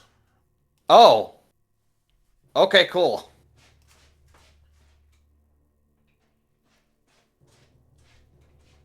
Alright. D8, D6 plus 5. 4. Oh, 18 radiant damage. He maxed it. That would be Dang. 36, right? Yeah. So it lets out this 36. silent shriek as its like shadow form like screeches as it's hit with this bright energy. It's got like, what, 1 HP left? No, more than that. Well, it had your HP, so... Alright, anyways, well, I still have my bonus action.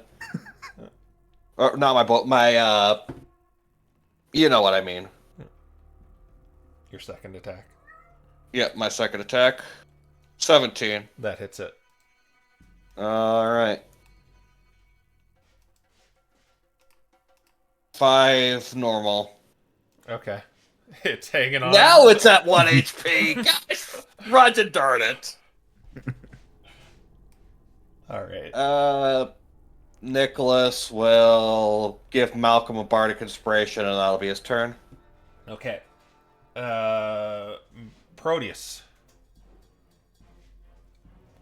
All right. Well, we have sneaky snacks. Mm-hmm. So let's abuse them while we have them. That's a 24 to hit. Yep, that'll hit. Nice. 9 radiant damage. That'll do 18. All right. Your difficult terrain is ignores friendlies, right? Yes. Okay. You.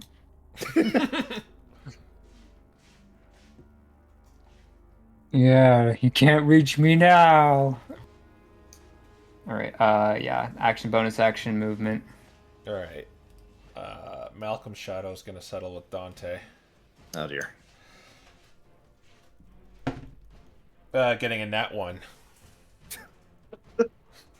All right, Malcolm. All right.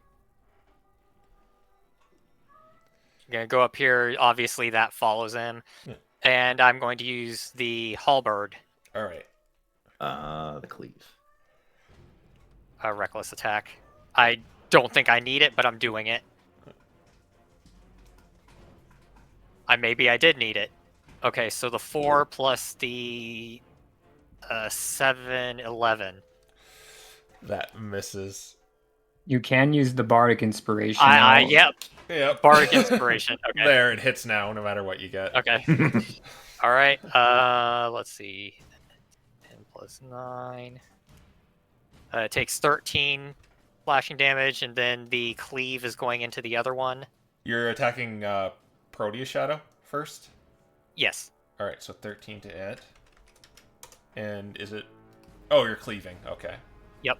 Cleaving You into... subtracted Malcolm's shadow HP, so you might want to re-add that.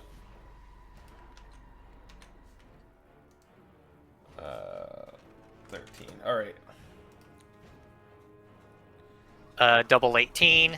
Yep, that'll hit it. I wish I was reading my book right now. Okay, so that's D10 plus rage damage. 4, I think.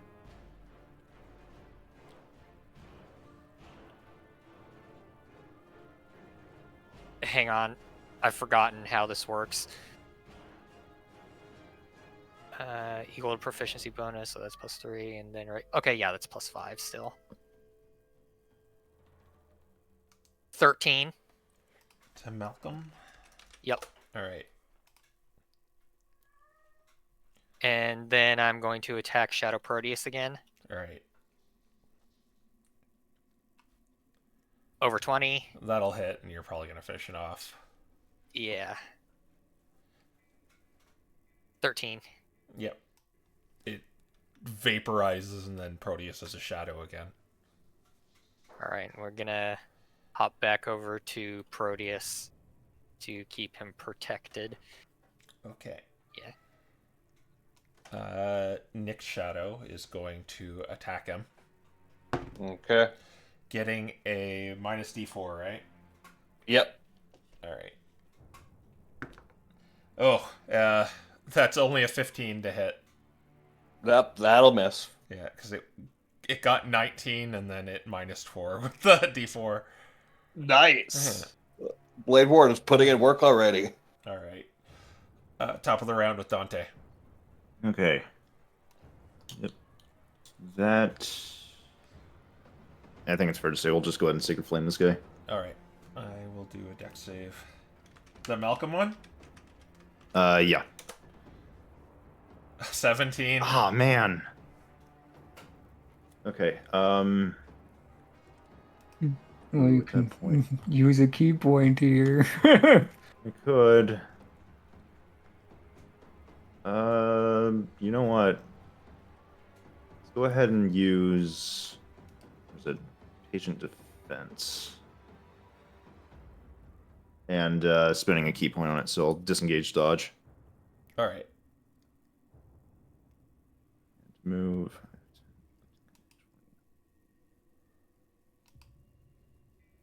I still wanted to attack me though.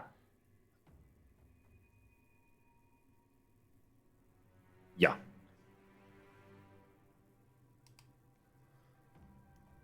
Okay. Yeah, Nicholas, it's your turn. All right. Let's see if I can hit. All right, true strike first. Yeah, Dirty 20. it's gone. All right. Then I don't think I can get into range. Yeah, no, I could not get even close into range to multi-attack. So yeah, I guess I'll join the squad Okay. and I'll give a bardic inspiration to Proteus since he's going next. All right, Proteus. Speaking of you, Right.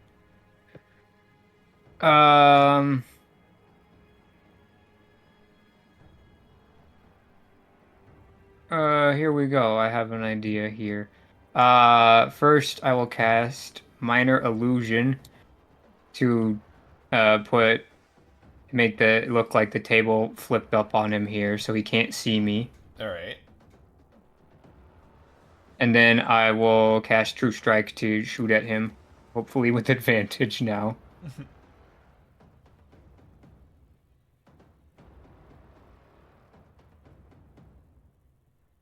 Does that count for advantage if I do it like that, or do I need to move? If there's something between you and it, then you would get advantage. Yeah. So with my bonus action, I wanted to cast Minor Illusion to do something like that. Just Yeah, you can do that. okay. Or you'd probably have to go like there. Okay. Well, I don't have difficult terrain, so I can just move here, shoot him, and move back. Yeah. All right. And this should kill him probably. That's an 18. To hit? Yeah. All right. And damage? For damage, we finally got the good stuff. It's 19 radiant damage. So it has 37. I think that's going to leave it with 1. Oh I'm my like, god. 19 19 times 2 is 38. 38. Halved. Why is it halved? Or, Wait, is this thing? oh, wait, no. 19 times 2 is 38. Yeah, okay, yeah. It would die. Woo! And your shadow comes back, Malcolm. I missed you. And it seems to Okay. be over.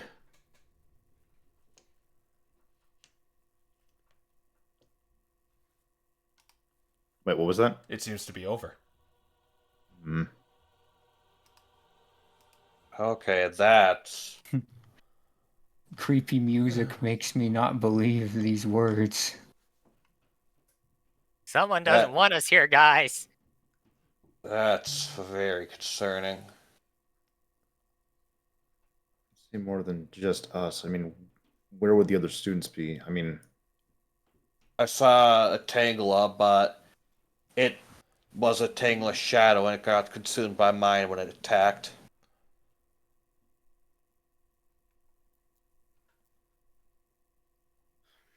I think we need to head above ground and see what's going on. Okay, let me just take my stuff first.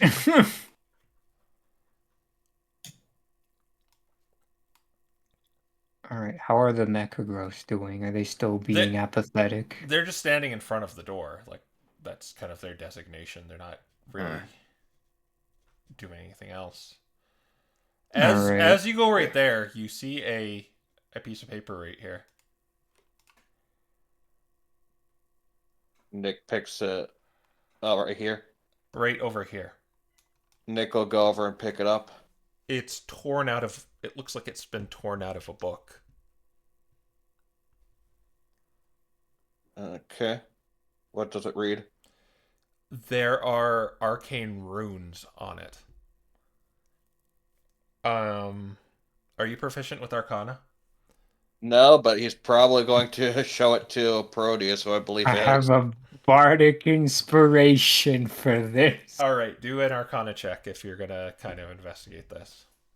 All right. Yeah, I'm taking my vortex warp with me though. We must finish this task. Okay, I have a. Yes, we're back to 11 town because I'm not exhausted.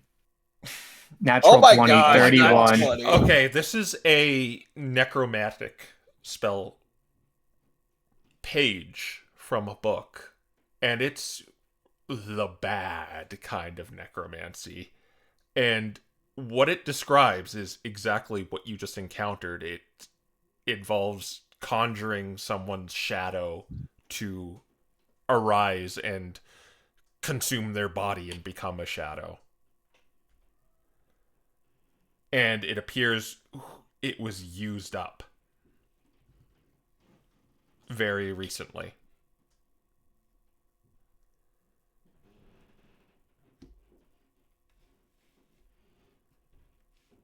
Nick, Proteus, Okay. find. No, you turn on your magic eyeballs. Nick, Malcolm turns on his magic, detect magic. He was pointing at Dante. Malcolm just does it anyway. Dante will use. I got it. You don't detect any magic nearby. There's no, except for what's the Blade Ward, which I believe is abjuration. Mm-hmm. I think so. Yeah, so you'd sense abjuration, but then Nick is magic. Yeah, I figured that one out. but you don't sense anything else. Dante will use eyes of the grave, so he's gonna look around, and you would basically just know the location of any undead within 60 feet, assuming it's not behind total cover or protected by div magic. You would not detect. You would have with the shadows, but they're gone now. And like it would, the most you would probably get it'd come up from this used up page. Yeah. Well, we're gonna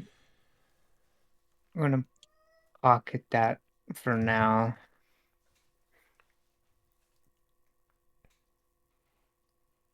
And let's head up the stair. Or maybe we want to go down the stairs. Would it be correct to guess this was a page out of the Necronomicon?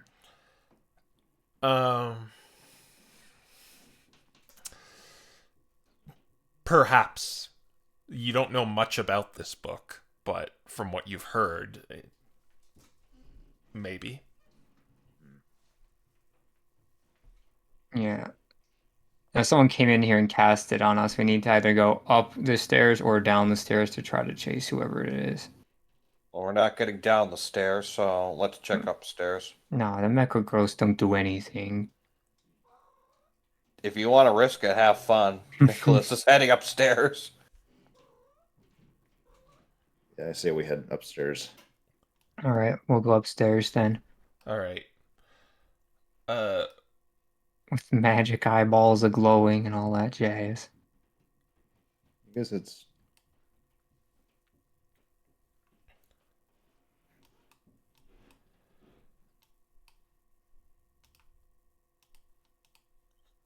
So you are up here. Well, you went up one of these. Yeah. And Mordain sees you come up, and Malcolm kind of like slightly withering, and it's shaky. And Vine's following him. My word, what happened? Well, we've got Proteus is just gonna slam the Necronomicon page on the table. Or whatever the heck it is. His eyes widen and he says, "Where did There's you?" a dead student down there. Oh no, there's not. Well, there was a dead student down there. He says to you, "What happened?" Everything went quiet, and our own shadows attacked us. This is very concerning. Did you see anyone down there? A Tangela, but We saw a body of a Tangela, which seemed to be the catalyst for the spell.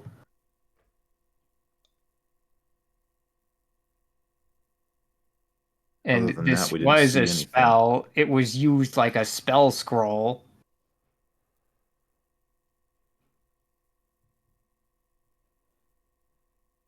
He says to you, "This is a serious matter that must be looked into immediately. Please, hand over that page. This might be the work of the same individual who's been desecrating my books."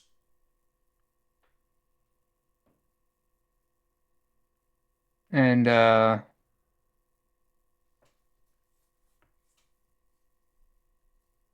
yeah, Proteus will kind of give it one more look, kind of like one more look over, and kind of like go up and down with his finger to more or less put on a show so he can cast image capture. All right. This is gonna be. Yeah, I'll just let you do it. Yeah. Okay. Right. You. Uh. And then I'll give it to him now that I have a picture of it. Do you. Do you need help, young Wooloo? Yeah, a little bit. She'll send you to the infirmary. Yeah, the Father Nevin or perhaps Professor Arakellis. Yeah. He calls down Roy and Elias, and they kind of take you to Professor Nevin, where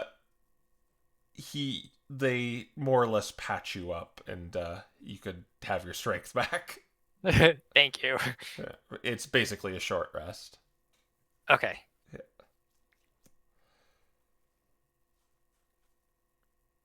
Okay. As for the rest of you, they question you as to what they saw, but they don't see any. They don't find a body anywhere, but uh, they assure you they'll get to the bottom of this.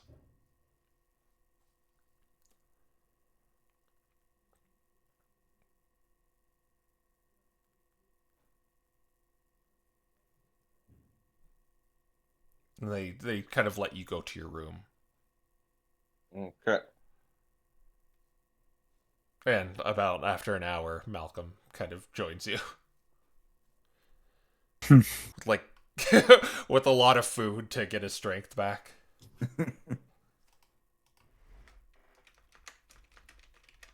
But doesn't he mostly eat grass? You're probably gonna need to fix that warp. Got moved. Oh, it's been moved, yeah. Yeah.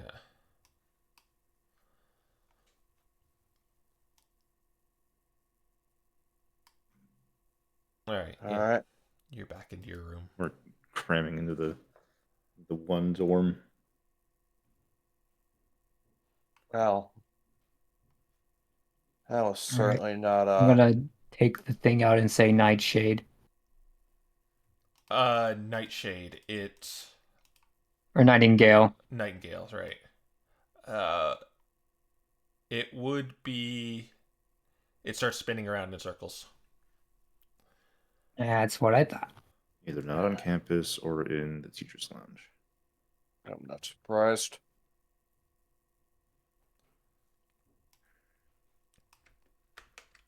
He'll also say Ozzy as well. Ozzy is. It points towards where her classroom is. Okay. Professor Eric Ellis. He spins around in circles. Oh. I did not expect that one. Hmm. Okay. This is concerning developments, to say the least. It's either a random or purposeful attack, and I suspect purposeful. Expecting the same too.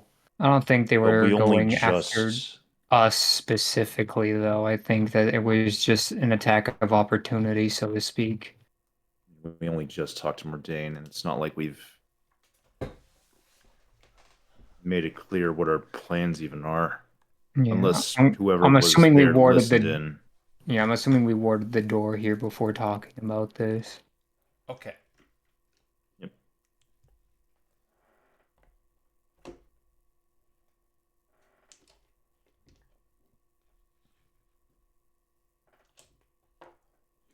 We didn't know. The question is, why leave something like that at the scene? That's what I'm wondering too. It would almost feel intentional if it weren't for the fact that why would someone intentionally do that? Uh, Taking out like, well, I mean, we just saw it, but did it look like it was torn out, or did it look like it was transcribed? It was torn. Okay.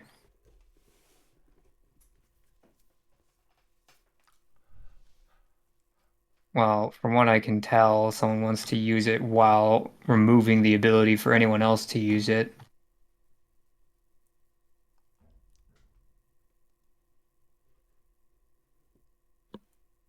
Possible, but I don't know. Find that unlikely. Nightingale could be transcribing the book into her own personal notes and destroying it in the process. Yeah, one by one. Yeah, but why leave? We don't know. I guess here's the bigger question. What are we going to do tomorrow?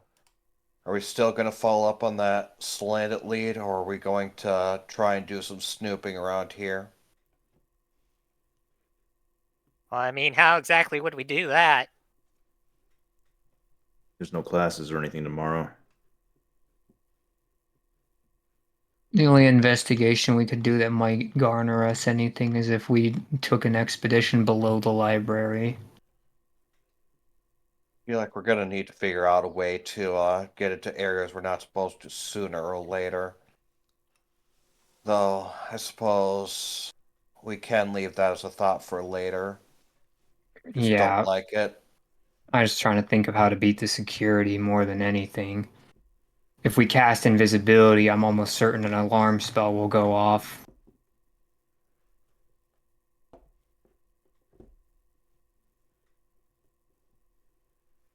Well, given the fact that there aren't even supposed to be any mana born here, aside the professors. All we really need to do is give these mecha growths the slip. Make them think that they have seen nothing.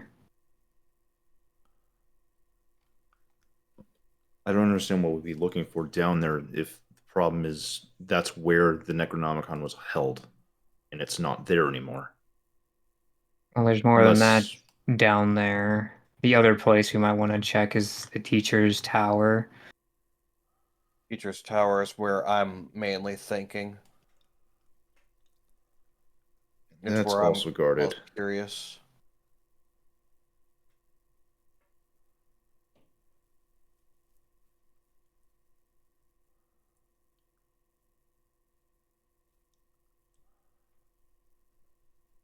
If we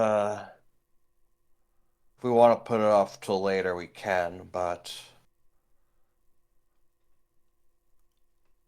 I'm getting more and more worried of putting off what's happening around the school.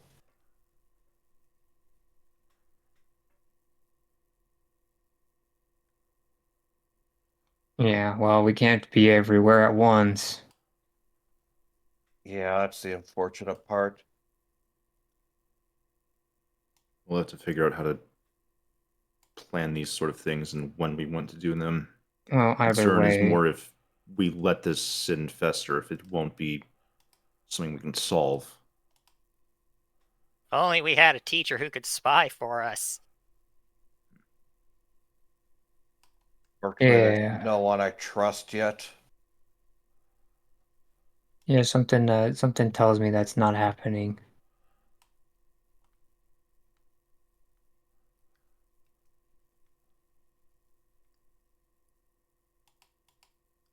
I worry that we're also being led on the wrong trail. As much as it makes sense that it would be Nightingale, what if this is all simply just Honestly, student?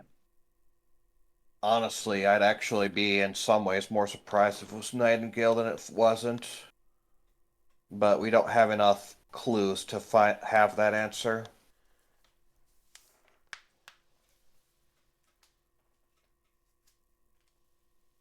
I think for tomorrow we still follow the slant it leads since it's our only solid one. But we'll definitely need to start finding our way through this school. Yeah. Well, we probably don't want to use this here, but if we want to go procure some uh magical assistance, we might want to go talk to our friend. I think before doing an expedition like that, we will most likely want to get a few things to make sure that the traps don't get a leg up on us in a quick situation. Well, so that's fair enough.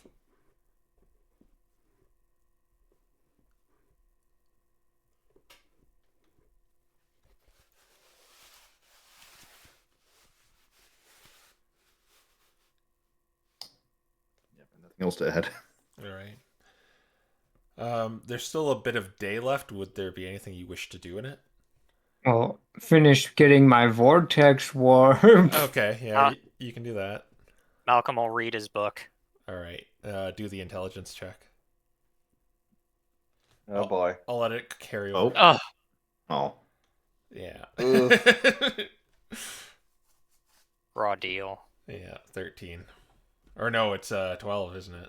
Yeah, it's a 12. Yeah. Okay. Yeah, all right. And then I will assume you get a long rest and you are on the weekend. So we'll leave off there. All right. Okay, yeah, I like this session. I like ducking into the private rooms every So many times. Oh my gosh. That's my favorite part. So many times. Oh my gosh, there's so much crap that happened in those private rooms today, too. Yeah. Fear. Okay. Well, yeah, well, I guess we'll see you guys next time when we delve deeper into the mysteries of Loom Hall University, or mess with a bunch of Salandits, so we'll see what happens. Yeah. Probably this one. Or we're gonna just, go back to being theater kids for a moment. Yeah. All right. Well, see you next time. Bye. Bye. Bye-bye.